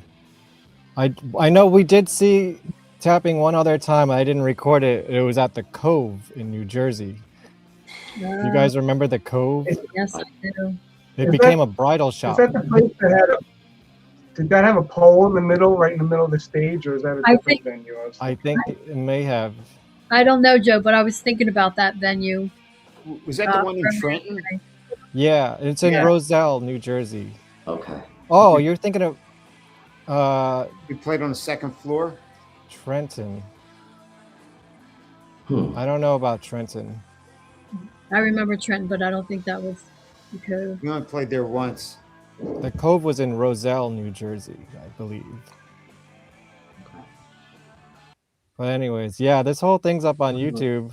You guys want to check it out. You thought I was joking. I was like, no, that really was me. I filmed you guys. Yeah, I'm glad I didn't say like, look, can you believe this idiot? Oh, it was not good. I can recognize the quality gap, but you know, it is a document, and there's not that many documents. Like, here, let me ask this: like, what's the archive like on your end? You got a lot of recordings of shows that people haven't seen, or pick, Yours you know, is the most comprehensive. soundboard recordings or anything from back in the day. Oh, geez, I don't know what it sounds. I think Eric or my friend Kevin would have it from Dear Darkhead. Oh, He's right. a friend of mine. Yeah. He used to record all our shows, and sometimes he'll post them up on YouTube. So. Nice. But it's pretty surprising when I go through YouTube and searched Tap in the Vein before, just out of curiosity, and there's a lot more videos up there than I've ever seen. Well, but So it's pretty interesting. Kevin, yours is definitely the longest and has the most songs that you have never that we do not play very often. That's great. Well, it's a document. I'm glad you did it. So that actually leads to another good question too. So being the fact that that was over 20 years ago, obviously things have changed massively technology. Time is an illusion. So equipment wise, how have you guys evolved between then and now? Are you still using the same type of equipment, or have you guys moved on to like amp modelers versus actual air amps? Well, I can tell you, I have not changed. I still use a half stack whenever I play shows. It's tubes. It's a different. You know, I see people. I'm like, you may as well just play a DJ, because it's very. At least in the venues I play now. When we were on tour with Paradise Lost, I mean, they used the Line 6 modular amps, and those things, they had them sounding great. But maybe I'm speaking for like my own personal feel, and like I like to feel the air pushing, you know, pushing the sound up. But that's just me personally. I agree. I still have the same rig myself, exact same one I toured with Tapping the Vein. You know, I mean, everybody's using, I mean, actually most metal bands, I mean, there's even newer modelers out there, and they sound great, but you have to have a sound guy on tour, and you have to have the right front of house situation, because I don't know. I mean, there was one instance, and actually, I think Heather showed me a photo earlier of the sound guy within Temptation started doing sound for us. Just, you know, and his attitude was, it was so nice. It was just, you know, completely for free, and just thought, well, you know, the better everyone sounds on the tour, the better the tour is going to be. And it was the nicest thing ever. And he had us sounding great, and we never had the luxury. I think other than that, we've never really had a situation where we had anyone with us on tour. So, you know, to Mark's point, when you have tubes, you have a head in a cabinet, 9 times out of 10, that's going to sound great in any goofy situation that you run into, because we run into some wacky, you just never know what you're going to get. And, you know, when you, at least with equipment like that, you know, you can sound good at rehearsal, and then you're going to sound good in that room, like regardless of the situation with the sound system in the house or who's mixing. And you know, when you have that, I think it's more versatile. You know, you're not at the mercy of, you know, your sound guy or the front of house situation. Steve. Oh, sorry. Am I taking over? Steve? Okay. No, I haven't changed anything really. I mean, I updated my equipment probably about, I don't even know, several years back. I was doing a lot of playing all over the place. So I was always playing out of amps, just whatever was provided. I have a sound that basically I could take, you know, like I have everything in the pedal board. So I could play through anything, PA, whatever. And as long as, you know, give me a clean sound, and I'll take care of the rest. So I don't really, I like doing that. I mean, I guess that's close to modeling. But I just don't trust modeling yet, the tracking still of it and everything. And just, it's sort of like playing through a computer. where you get a glitch all of a sudden and you got to redo everything and you don't get that shot live.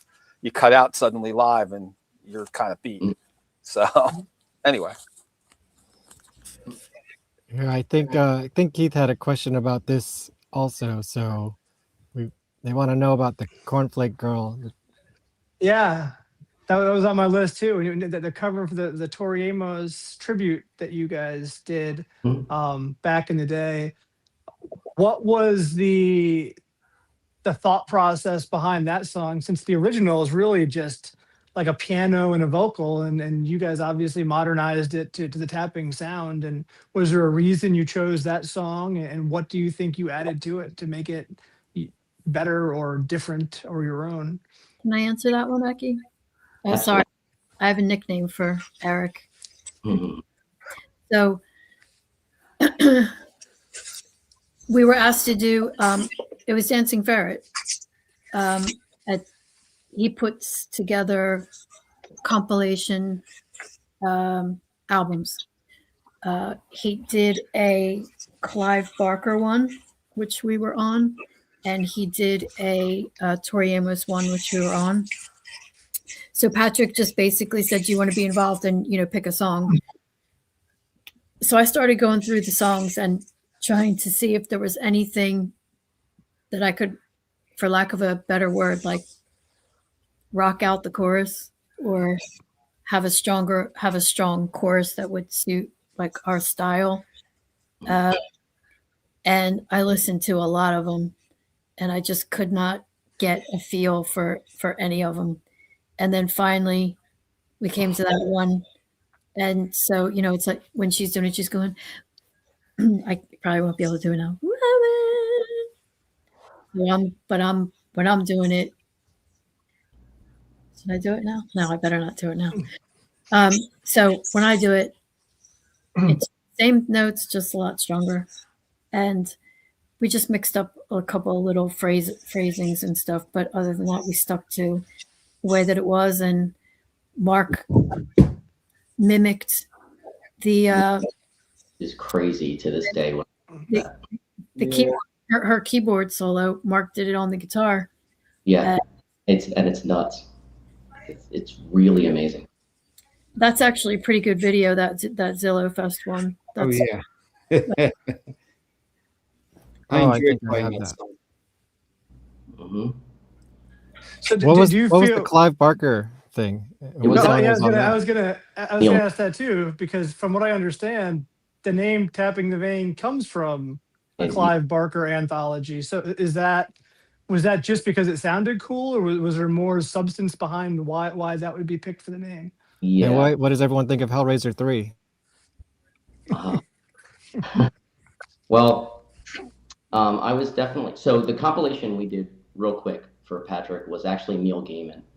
But we were supposed to take a book. Yeah, we were supposed to pick a book and then write a song about it. But the Clive Barker thing was I'm so sorry I got that wrong. Oh, but it's a great segue though. Yeah, but no comment. Yeah, I mean, I was a fan, and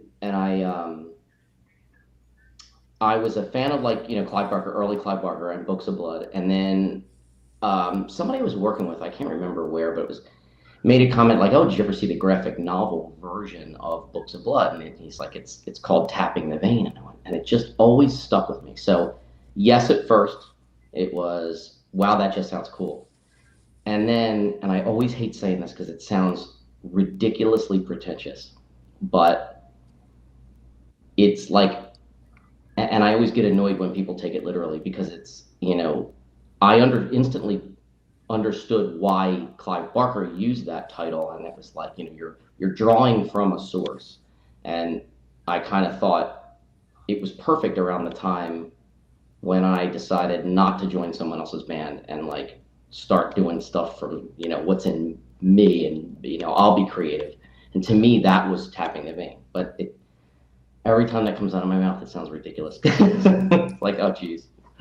But that's pretty much it. All right, so I got all of it wrong. Cleopatra, not Patrick. Sorry, Dancing Ferret didn't do. It was Cleopatra. He's correct. Yeah, they were doing all those compilations back then. Yeah, so sorry, I messed that up. But I'm sure that Patrick did the Neil Gaiman one. He did. What was the song on that? So this is a good story. Well, I think it's a good story. So again, we were asked to do the compilation, and you're supposed to pick the Neil Gaiman character that you want to write about. So I didn't know much about it because I don't know much about a lot of things. So I'm like going through things and I'm going, trying to see if I connect with anything or whatever. And then I realized that the book that I just bought for my stepson, who was 4 or 5 at the time, was called I Traded My Dad for a Goldfish. And it was by Neil Gaiman. So the song that I wrote was called Trader Boy. And if Patrick's can tell me where it's available, it's definitely on Bandcamp, but it's not on Spotify. But I like the song. It's really cool. And Greg from Paradise Lost did a virtuoso kind of solo at the end of the song. Yeah, you must get confused with this a lot, right? Yeah. Yeah. And I'm a fan. But so yeah, I know that's we get that a lot. And it's funny because anytime you search Tapping the Vein, you get Sodom and us.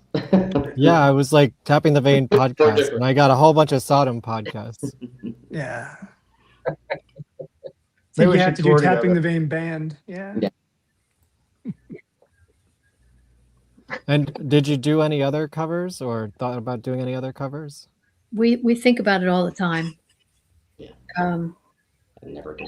Remember we started that Phil Collins tune? Did we? Ooh. Yeah. What was that? Yeah. Didn't we? What, Mama? Yeah. Oh, Genesis. Remember that? Genesis. We Yeah. did think about that. Yeah, because those vocals are awesome. You got to do that evil laugh. Wow. Yeah, that's the only part that's a bit weird. Yeah. I did not remember that. Personally, I'm an Invisible Touch fan. That's one of my favorite albums. Invisible Touch. I wouldn't mind doing some Killing Joke covers, but I don't know if now you're talking. early Killing Joke, or which era? Man, I love all Killing Joke. Yeah, all Killing Joke, really. I just love all this stuff. Yeah. Sorry, did you see what Rusty Cuttlefish just said? Rusty Cuttlefish. Are you reading In the air tonight? You got to read the comments, Eki, or Eric. Sorry. I thought this must be a fan of my Guar podcast over here. Wow. He said, wait, TTV is in the air tonight. Get it?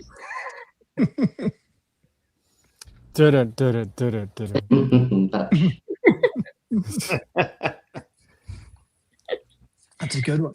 So you had mentioned a lot of the bands that you've played with, and you've played with a diverse bunch of bands from what I've seen, and see if any of these are wrong. You've played with Depeche Mode, Typo Negative, Alanis Morissette, Lacuna Coil, King's X, Switchblade Symphony, The Damned. Were there any of those that you felt you didn't fit in with, or did you feel like because your music kind of crosses over so many barriers, you were able to fit with all of them? So let me just say, The Damned must have been neat. Right. The ones that so when they say Alanis Morissette, that was like we were like the after show, or she was playing at the Spectrum and we were in the sideshow part, so we weren't like playing with her. And Typo Negative, they were on the main stage, and then we were, as soon as they finished, we were upstairs on the balcony, like overlooking where they were. So I just don't want it to look like we opened for Alanis Morissette. But yeah, like King's X, Switchblade, you played with them? We did. And Electric Hellfire Club, Dope, Zug Island, which that question was about, Zug Island. The answer to that Zug Island question is Dope was the headliner. And there's a really awkward situation because do you remember when they were doing SoundScan? We would get to a city and they would, whoever had sound scanned more albums in that town got to go second instead of opening. So every city we got to, it was like, oh, well, you sound scanned less than us. Oh, did we? Okay, well, ours, it was just awkward. They were nice guys. Dope were great. Wait, was AC Slade in the band at the time? Yeah. No. Oh, no. I think he was in Murder Dolls at the time. AC was He in. made me a cup of coffee about a week ago, 2 weeks Yeah. ago. And interesting story, we were playing, I want to say we were playing the Whiskey. And on that tour with Dope, and Murder Dolls were playing like the Troubadour around the corner on the same night. So I saw the original Murder Dolls. That was wild. Good stuff. And then I saw him at Madison Square Garden with the Misfits. And the Damned opened. And now he owns a coffee shop in New Jersey. And he was one of the vendors at Dark Force Fest, which I worked for recently. It's a big goth festival in New Jersey. 3-day festival. Oh, yeah. You guys should definitely try to get on that. Well, our name popped up. Our name popped up on the feed a couple of times on that. Yeah. I'm the official videographer of Dark Force Fest. All right, well then you're the man for the job. I'll try. I could do my best. I do know the people in charge. We've definitely been mentioned like 3 times, and I just wanted to like go on and like thank the person that suggested us, but it was like you have to join and get permission to post, and I was like, oh no. Not That's fair. Yeah. I'll represent you. Yeah, represent. I didn't know, when they were booking it, I didn't even know if you would have been available to play a show. I guess that's very time specific situations. No, because it's not time specific because with Eric being in Arizona, we're not going to start doing like the club right. scene. And it's really different now, guys, I think from what I can understand. I mean, a lot of cover bands, but I don't know if there's still like much need or want for like an original scene like there was back when we were doing it. Man, there was a lot of bands back then. It was really, really good. So the only restriction we have is whether Eric's able to fly in for the show. That's it. Other than that, Joe's pretty available, and if he's not, he makes himself available. And same with me. And of course, as you can see, we have 2 wonderful guitar players. One is more available than the other. Mark has a busy life and is involved in a couple of other bands. Right, Mark? Gotcha. Yeah, kind of, sort of. Yeah, you could probably do like some club shows leading up to a big show like Dark Force Fest too. That would be, I think a lot of bands do stuff like that. You could play with bands like Die So Fluid. They want to know if you know Die So Fluid. Die So Fluid. I feel like I've seen them before, but I can't remember. I will look them up right after I get off the podcast. You know what, though, Kevin? Sometimes promoters don't like when you play gigs around the same time as theirs because they think, oh, if somebody wants to come see this band, and they can go see them in Trenton for $10 instead of paying for the festival, then they'll just go see them in Trenton for $10, if you know what I mean. Play in Newark at QXT's. We did. Oh, really? Yeah. I go there often. Mm-hmm. Weren't we? Yeah, that would be a good one, Millennium. Great song. What were you about to say, Heather? Weren't we supposed to do a QXT show, Eric? Yeah, there was like a short-lived like festival offer, but it kind of imploded, I think, before we could even decide. Gotcha. What about the possibility of? I know one of the new trends, especially for bands of more popular in like the era where you guys came up with in the '90s and early 2000s, are like the cruise shows. I know I just did one recently, and they get a lot of bands from those eras on there, and then they pack the ships. Is that something that would possibly? Is there like a goth cruise? Yeah, no, is it 40,000 tons of metal? Is it called? There's a lot of them. There's like there's the Monsters of Rock. There's the Metal to this. There's like 5 or 6 of them. They're going out like all summer. My ex-husband's band did two or three of those. It's either how much does a ship weigh? 220,000 tons or 40, whatever. Something, yeah, they're big. That's what it's called. It's called 40,000 tons of metal, and that's the name of it. And yeah, they you can just walk around. You can meet the people in the bands, and it's pretty cool, from what I hear. But yeah, so we gotta get some promoters to get you guys on one of those, because I think that would be a good venue. Calling all promoters. Yeah, I know. Go ahead, book the band. You want us? You're in the chat. You want them to play in your area? Tell your local promoter to book the band. There you go. Like I thought this was fun. I found a picture of me filming your show that night. Wow. Yeah. So how about that? That's funny. I know you were talking to somebody the whole time. Oh yeah, my girlfriend at the time. Wasn't she saying some guy's hot? I don't remember. That guy's hot. Oh, she was talking about me. You sure about that? Yeah, because she had pictures. She probably took that picture. That was probably one of them. We do have a lot of extra photos from the photo shoots we used to do. Yeah, well, do you want to do some photo commentary? Yeah, because Keith hasn't seen these yet. I don't know if these are in the right order, so you can comment on them as they come up. But thank you, Heather, for providing me some unseen gems. King's X.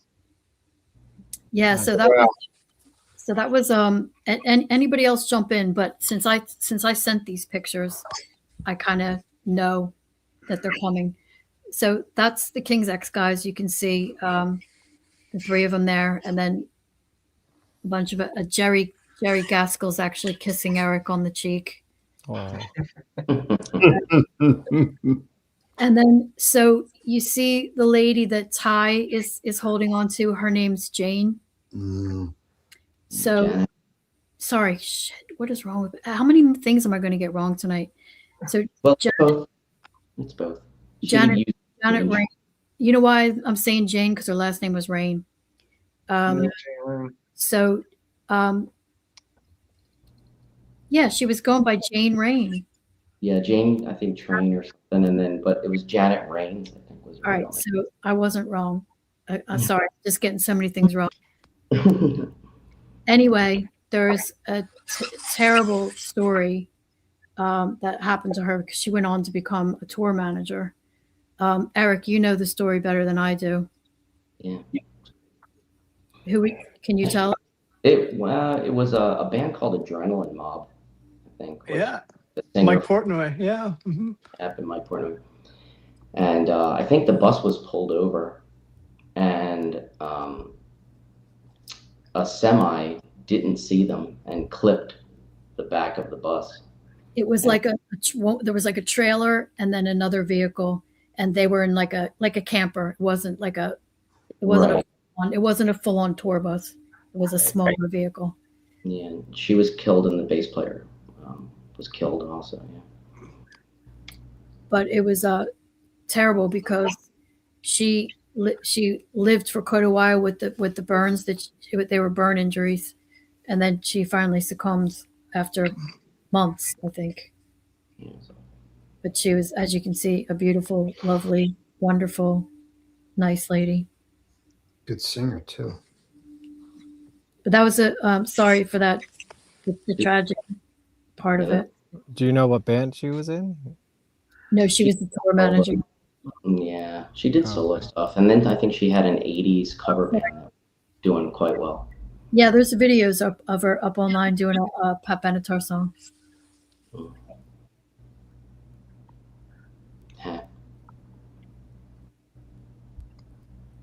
Is that Joe? just How did I miss getting in all these videos or these Joe, pictures? I'll Where was tell I? you, because Joe, you go off and you do your own little things. Ty was visibly pissed. He was. That's great. Great. all right? So this is some unseen photo shoot stuff, right? Yeah, these are some photo shoot stuff. We used one of them for one of the pictures that's up on somebody used one of the pictures for some of the songs that are up on YouTube, but that's me just giving Joe a wave. I don't know if you can see him smiling or not, but and these photos, unless otherwise mentioned, are by this awesome guy called Kevin Bishop. He lives in California. He did almost all of our photo shoots. We had a friend of ours called Don Luciano who came out and did all the live shots, but Kevin did our promo stuff. Some more. Okay, this is a funny one. Oh boy, there we go. It's all right, Mark. I won't. So here's this it's like salt deposit mine or something in Philly, right outside Philly. So, you know me, I'm always like, I was kind of saying, here's what you need to wear, or here's what you need to bring, or whatever. So I was like, the usual, just wear black. But Mark accidentally wore white trainers. White sneakers. I go back and forth with the British terminology, so I'm sorry. So he wore white sneakers, so we actually had to tape black plastic trash bags around his shoes. You can't see it, but he's wearing trash bags right now.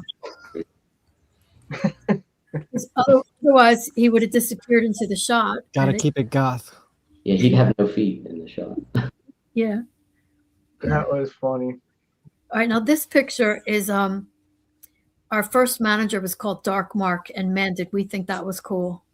We were like, we're a dark band, and our manager's name is Dark Mark. His name was Mark Schultz, and his partner was Paul Conroy. If I'm getting the names wrong, I probably shouldn't be even trying to give facts. And so we were trying to save money, so he just took this shot for us. Mm-hmm. That's another Kevin Bishop one. I think we were getting tired in that photo shoot about then. Time Remember for that a being a nap. long day. Look relaxed. Yeah, the couches That was a just cool sinking one. into them. That was a really cool studio. It was in South Philly. You guys remember that one? Yep. Yeah. Dana came to one of the shoots. Yeah. And it was just like this huge warehouse ceiling, but it was somebody lived there. It was an apartment a warehouse they made. Right. It's a huge swing extended from it. Yeah. I remember that swing. And it had a rooftop deck, and that's where that other picture that I mentioned earlier. We were on the roof there. That's from Zillow Fest, and I just thought it was funny that the toilet sign was pointing directly at me. Now, the flyer for Soft Cell, were you playing with them, or is that just there? But they weren't there. Oh, That must have been somebody else's flyer. That was the one with the Cure, and was the Mission there too, Eric? They were, yeah. Yeah. oh, we lost someone. Oh well. There's the guys. Oh, he's back. What's a festival without rain? And this was Military barracks. yeah, it was abandoned American military barracks. It was really creepy. And that's where they were That's where the bands were staying. Nice. So this is on the tour bus with Paradise Lost during the European festival that we did with them and Within Temptation. So Eric's there. I thought something was funny. Lee. That's Steve, the bass player in the front, Lee Morris next to Eric. And then I just thought it was cool because you see how everybody's heads are reflected. I only just noticed that. And then you got Millie. Yeah. Over there on the right. And the guy that did lights in the back straight ahead. Yeah. Joe, you look like Butch Vig. Yeah, that was Mick Thompson. Gosh, I don't know why I remember this stuff. Huh. He passed away. Mick Thompson did? Mick? Mick. Wow. I think so. Never mind. Forget I said that. So that's Yvette Allman. She's still a tour manager in America now, but she was our rep at Nuclear Blast. Nice. There you are, Joe.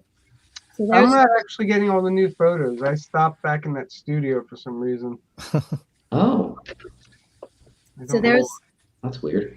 So there's Joe and Aaron, and that's Christina Scavia there. Oh, okay. And there's Greg from Paradise Lost.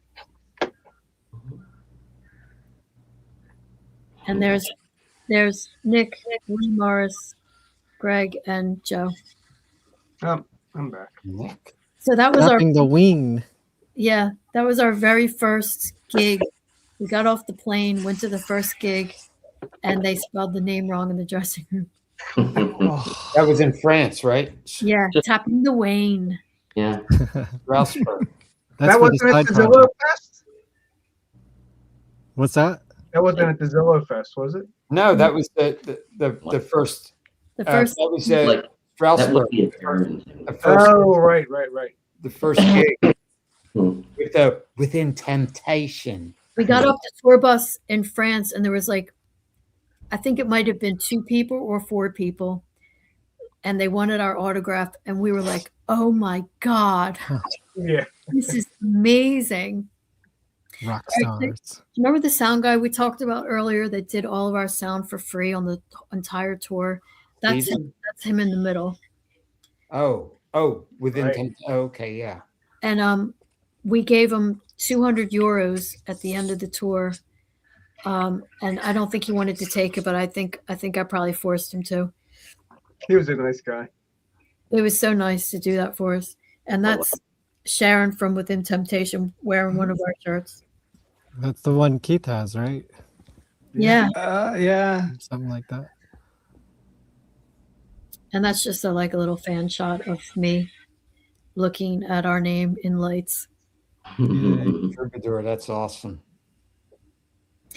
Oh, this is Sherry. She's Wow. it's Joe's ex-girlfriend and my really good friend.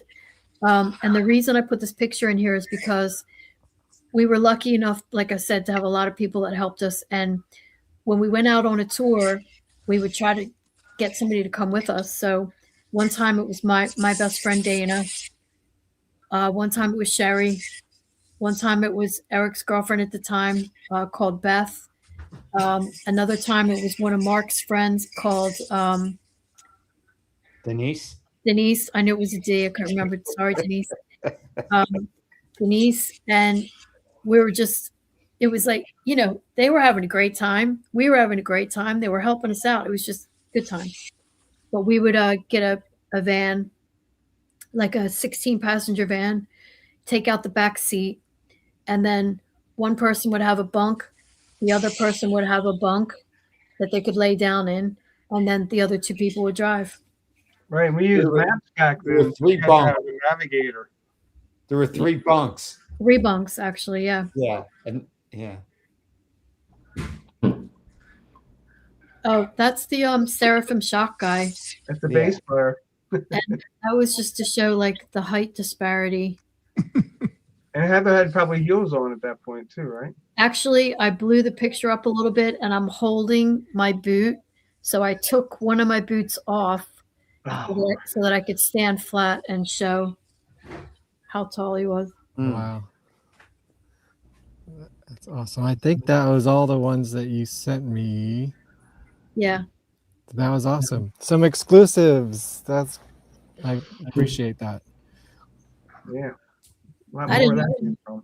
I could have sent a bunch. I could have sent you a whole bunch of just me, but I thought that was Oh, that's nice of you.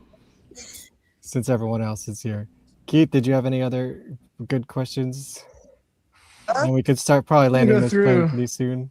Yeah, I was gonna say I don't know if I have. Can I just ask 2 favors? Of course. One, somebody at a show when we played for Lacuna Coil made me this doll. Whoa. See, it's me. How do I remember that? That's awesome. And there's, see that? There's a hole. That's a heart with a hole. Oh my gosh. See? And that's from our song Bleed. Right here. Our song Bleed says, "This sucking wound is eating through my chest. I've got a hole right here." So she made this doll. She even got the boots. I would love to say thank you to her if she's watching. And then the only other thing is, I'm trying to find a friend of the band's that we lost touch with. He was a guy called Mike Castellanos. His music was called Enrapture. He also went by D6 or Deviant 6. And his website was minus-u.net. And it's gone. And I can't find him. And I just want to get a hold of him. But he's a musician, or he was a musician. And he was really good to the band. He put us up for like 3 days when we were in San Jose. We had 3 days off on one of our tours. And if anybody knows how to get in touch with him, that would be great. I remember him. Well, all right. If you put it in the comments, of course, if you're watching this later and you happen to know where this guy is, that's great. Sorry. Yeah, go ahead. Keith? I mean, if you're gonna start landing the plane, do you guys have anything else to promote? Anything else to T-shirts. put out there? T-shirts. Eric, do you want to talk about the T-shirts, and then I'll say one thing. Yeah, we do have like a Shopify, but it's like, it's limited. It's like one design, but they're there if anyone's interested. And I can drop the Shopify link, I guess, in the chat if that works. But if anybody wants T-shirts, they're available. Nice. I'm just gonna do this. There was a girl earlier that said, "Can you come to North Carolina?" So I am going to go to North Carolina, but it's because I'm going to be recording backups in about 2 weeks for a band called Union Black. They're from Florida, but they're recording in North Carolina. And Greg from Paradise Lost, my ex-husband, is producing it. So he asked me if I wanted to sing some vocals on it. So I'm going to fly down and do that. And they're on Reigning Phoenix music label, same as Opeth. Mm-hmm. That's the only thing I have to plug, and it's not really a plug, other than as soon as we have for the October show, we plan on playing some new songs. Excellent.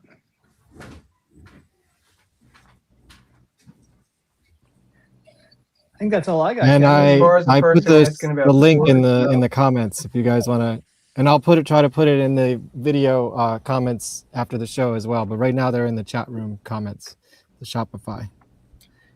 And if anybody has any questions, they can always message me. Any lyric writing tips? Oh yeah, that's what I was referring to. Why don't you? Okay. I just try to say things not straightforward. For example, I'll use the lyrics I just mentioned. If somebody like breaks your heart, obviously you don't go, "Oh, how many lyrics do you hear that say, 'Oh, you broke my heart'?" I'm sad. So I like to describe how it actually feels instead of just stating what physically happened or emotionally happened. So this sucking wound is eating through my chest. Is the Yeah, same. buy a thesaurus. You said it, not me. Yeah. So I don't know if you can bring a 20-year-old son to see Lords of Acid, but you could try. I mean, you could make them a really fake ID, and maybe they'll get in. I don't know if I don't know if Patrick, the promoter, is still in the chat, but from my memory, it's a 21 plus show. Yeah, just putting that out there. I know Lords of Acid's a little racy. They usually play bars. Yeah. Amazing. Well, is And there where any? can Yeah, where go can ahead. people go to if you guys do get booked on more shows? Where can people go to find out where you would be playing? Should you get booked more? We announce everything on the Tapping the Vein Facebook and Instagram pages. But I mean, we're pretty good about getting back to people. So anybody that like DMs us or whatever, we get back. It might not be same day, but we do get back. Sorry, dude. There was a discount code for the show. I'm just going to check and see how long it is available. And I guess I put it for the yeah, go entire ahead. weekend, and I'll put the code in there too. But that link should go right to the discount. Oh, got you. Yeah, If you, for the shop. So- Shopify. if you so choose. So the Dracula's Ball. Tickets go on sale to the general public at 4 p.m. on Saturday, May 23rd. The pre-sale code is DRACBALL. DRACBALL. I bet you I know some people who are going to be DJing there too, or Okay. if it's that kind of party. And So- I said I'm allowed to give the pre-sale code as long as he'd already announced, and he has. So your pre-sale code is DRACBALL. Nice. Well, I guess my sort of closing question would be like, what for each of you is like maybe the career highlight that Tapping the Vein has, if you weren't in this band, maybe never would have happened for you. Opening for The Cure for me. Mark, Steve, anybody? What was the highlight?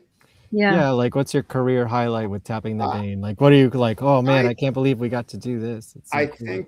I think my favorite time was when we were on tour with King's X, because they have, not only do I like that band a lot, but they attract a lot of musicians and a lot of people in the entertainment industry, especially in California. So the people that we would meet or talk to, it was unbelievable. Like I love telling this story. This is more of a me story, but I remember we were playing what was called the Catwalk in Seattle, and this guy was just like kind of staring me out, and I'm like, this guy's making me nervous. I felt like it was back in the 80s, like everybody's watching. Okay, who could play better? This, it kind of felt like that kind of vibe.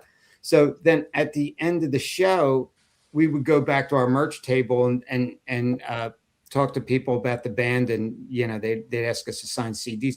And he's there again, and I'm like, what does this guy want? Like, why does he keep staring at me? Anyway, when everybody was finished talking to us, he, like, as a gentleman, just waited his turn. He came up and he said, hey, I just wanted to tell you, I really enjoyed watching you play. You're really good, and I liked your sound and all that. And I was like, oh, thanks for the kind words. I said, I'm Mark. He goes, Steve Lynch. I was like, from Autograph?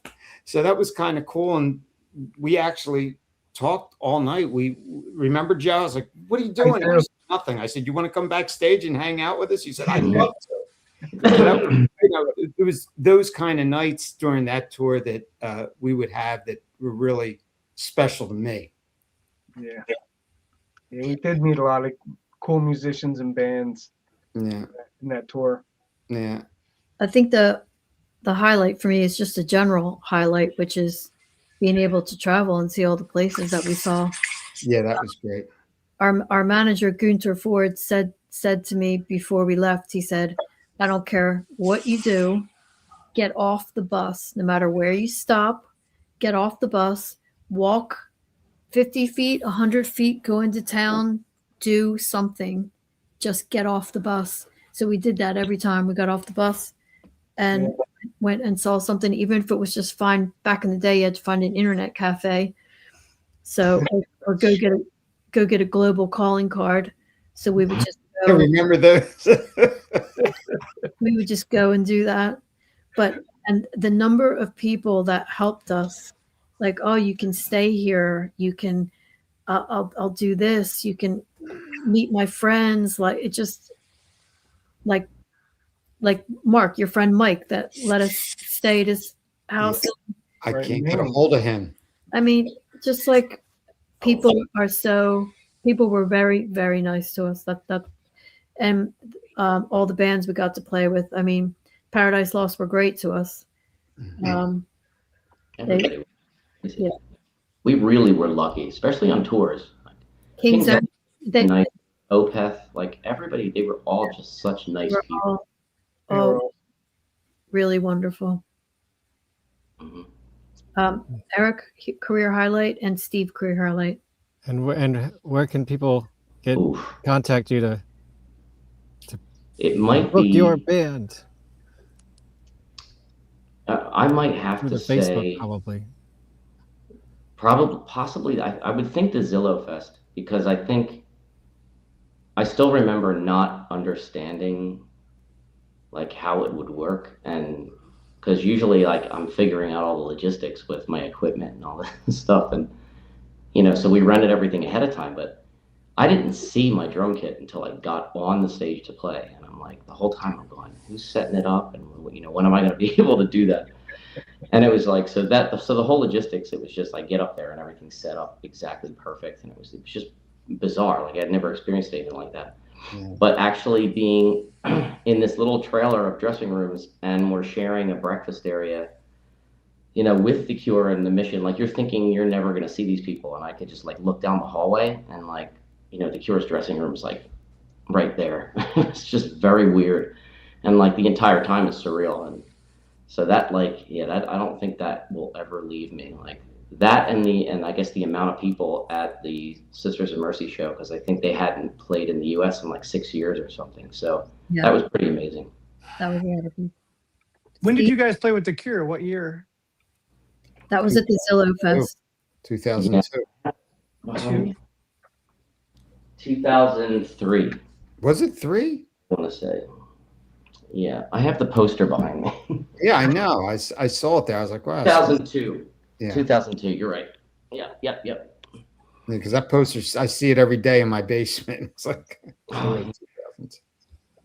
Well, that was a funny story with Heather and the whenever we got picked up at the airport, and they took us on the Autobahn, and Heather's in the back going, excuse me, can you just slow down a little bit? We're like, remember that?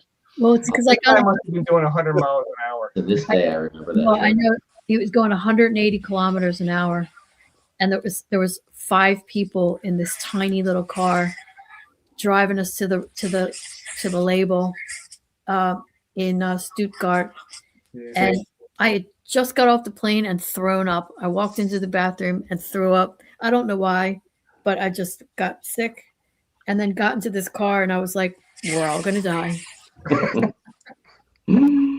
We didn't even play a show yet.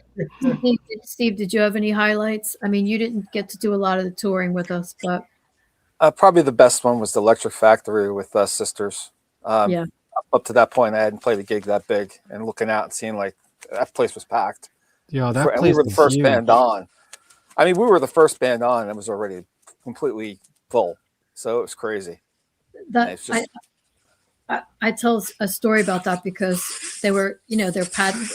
It was we did our sound check at like, I don't know, 7 o'clock. We finished our sound check, and we were supposed to start at 7:20. Sorry, I forget the timeline, but let's just say the doors opened at 7, and we played at 7:20. I'm like, man, there's people are going to be walking in. They're going to get patted down and like frisked, and there's not going to be anybody here. Nobody's going to be paying attention. We walked out on stage 20 minutes later, and all you could see was black because everybody had black on, and the place was absolutely packed.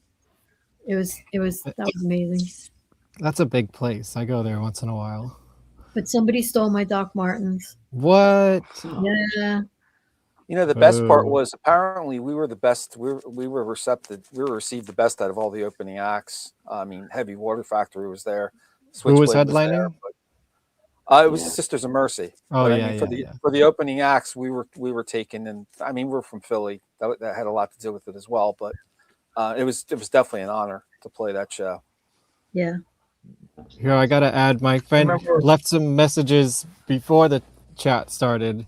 I think we answered most of them, but I gotta get them represented in here somewhere. So I'll ask this one: how has your time away influenced the drive for new music? Or the way I want to interpret that is there anything in the new material that maybe is different, or things you never got to do before in the past?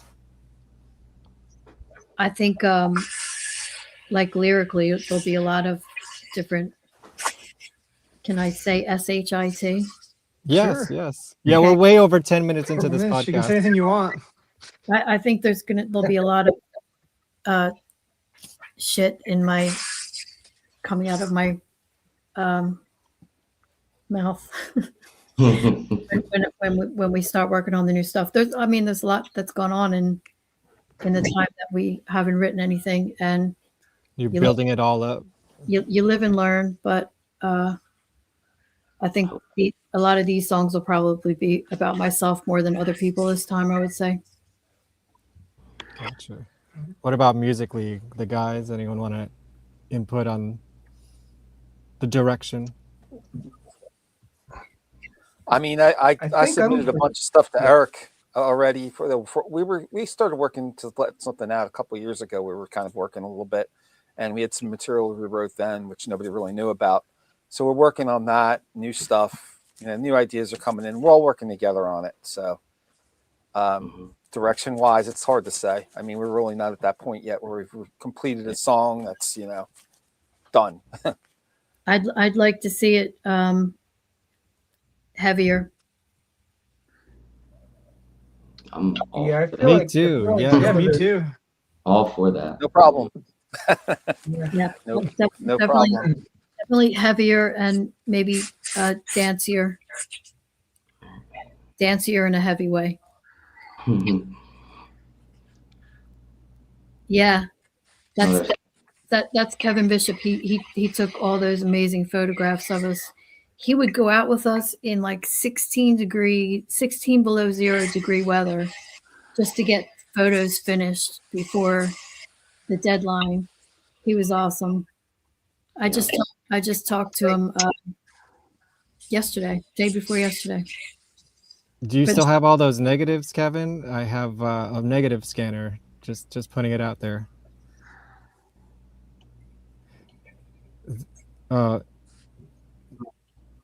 Yeah. Well, this is awesome. I think we did it, guys. Oh, I can't. What do you think? It's been great. Thank you Yeah. so much. Yeah. If you make of your course. way to Tampa, I'll definitely come see you again. It's been a long time. Is that where you are? I'm in Tampa, correct? Yeah, he's in New York. I'm in Tampa. Yeah, I'm not too far. So if you guys do anything else local or need some photos, like I'm down. Do you have other siblings, and do their names also start with K? It's just us. Okay. Just us. Yeah. Yeah. Thank God you don't want that many K's in a row. 2 is enough. Yeah, if you get my drift. 2 is enough. I get you. Yeah.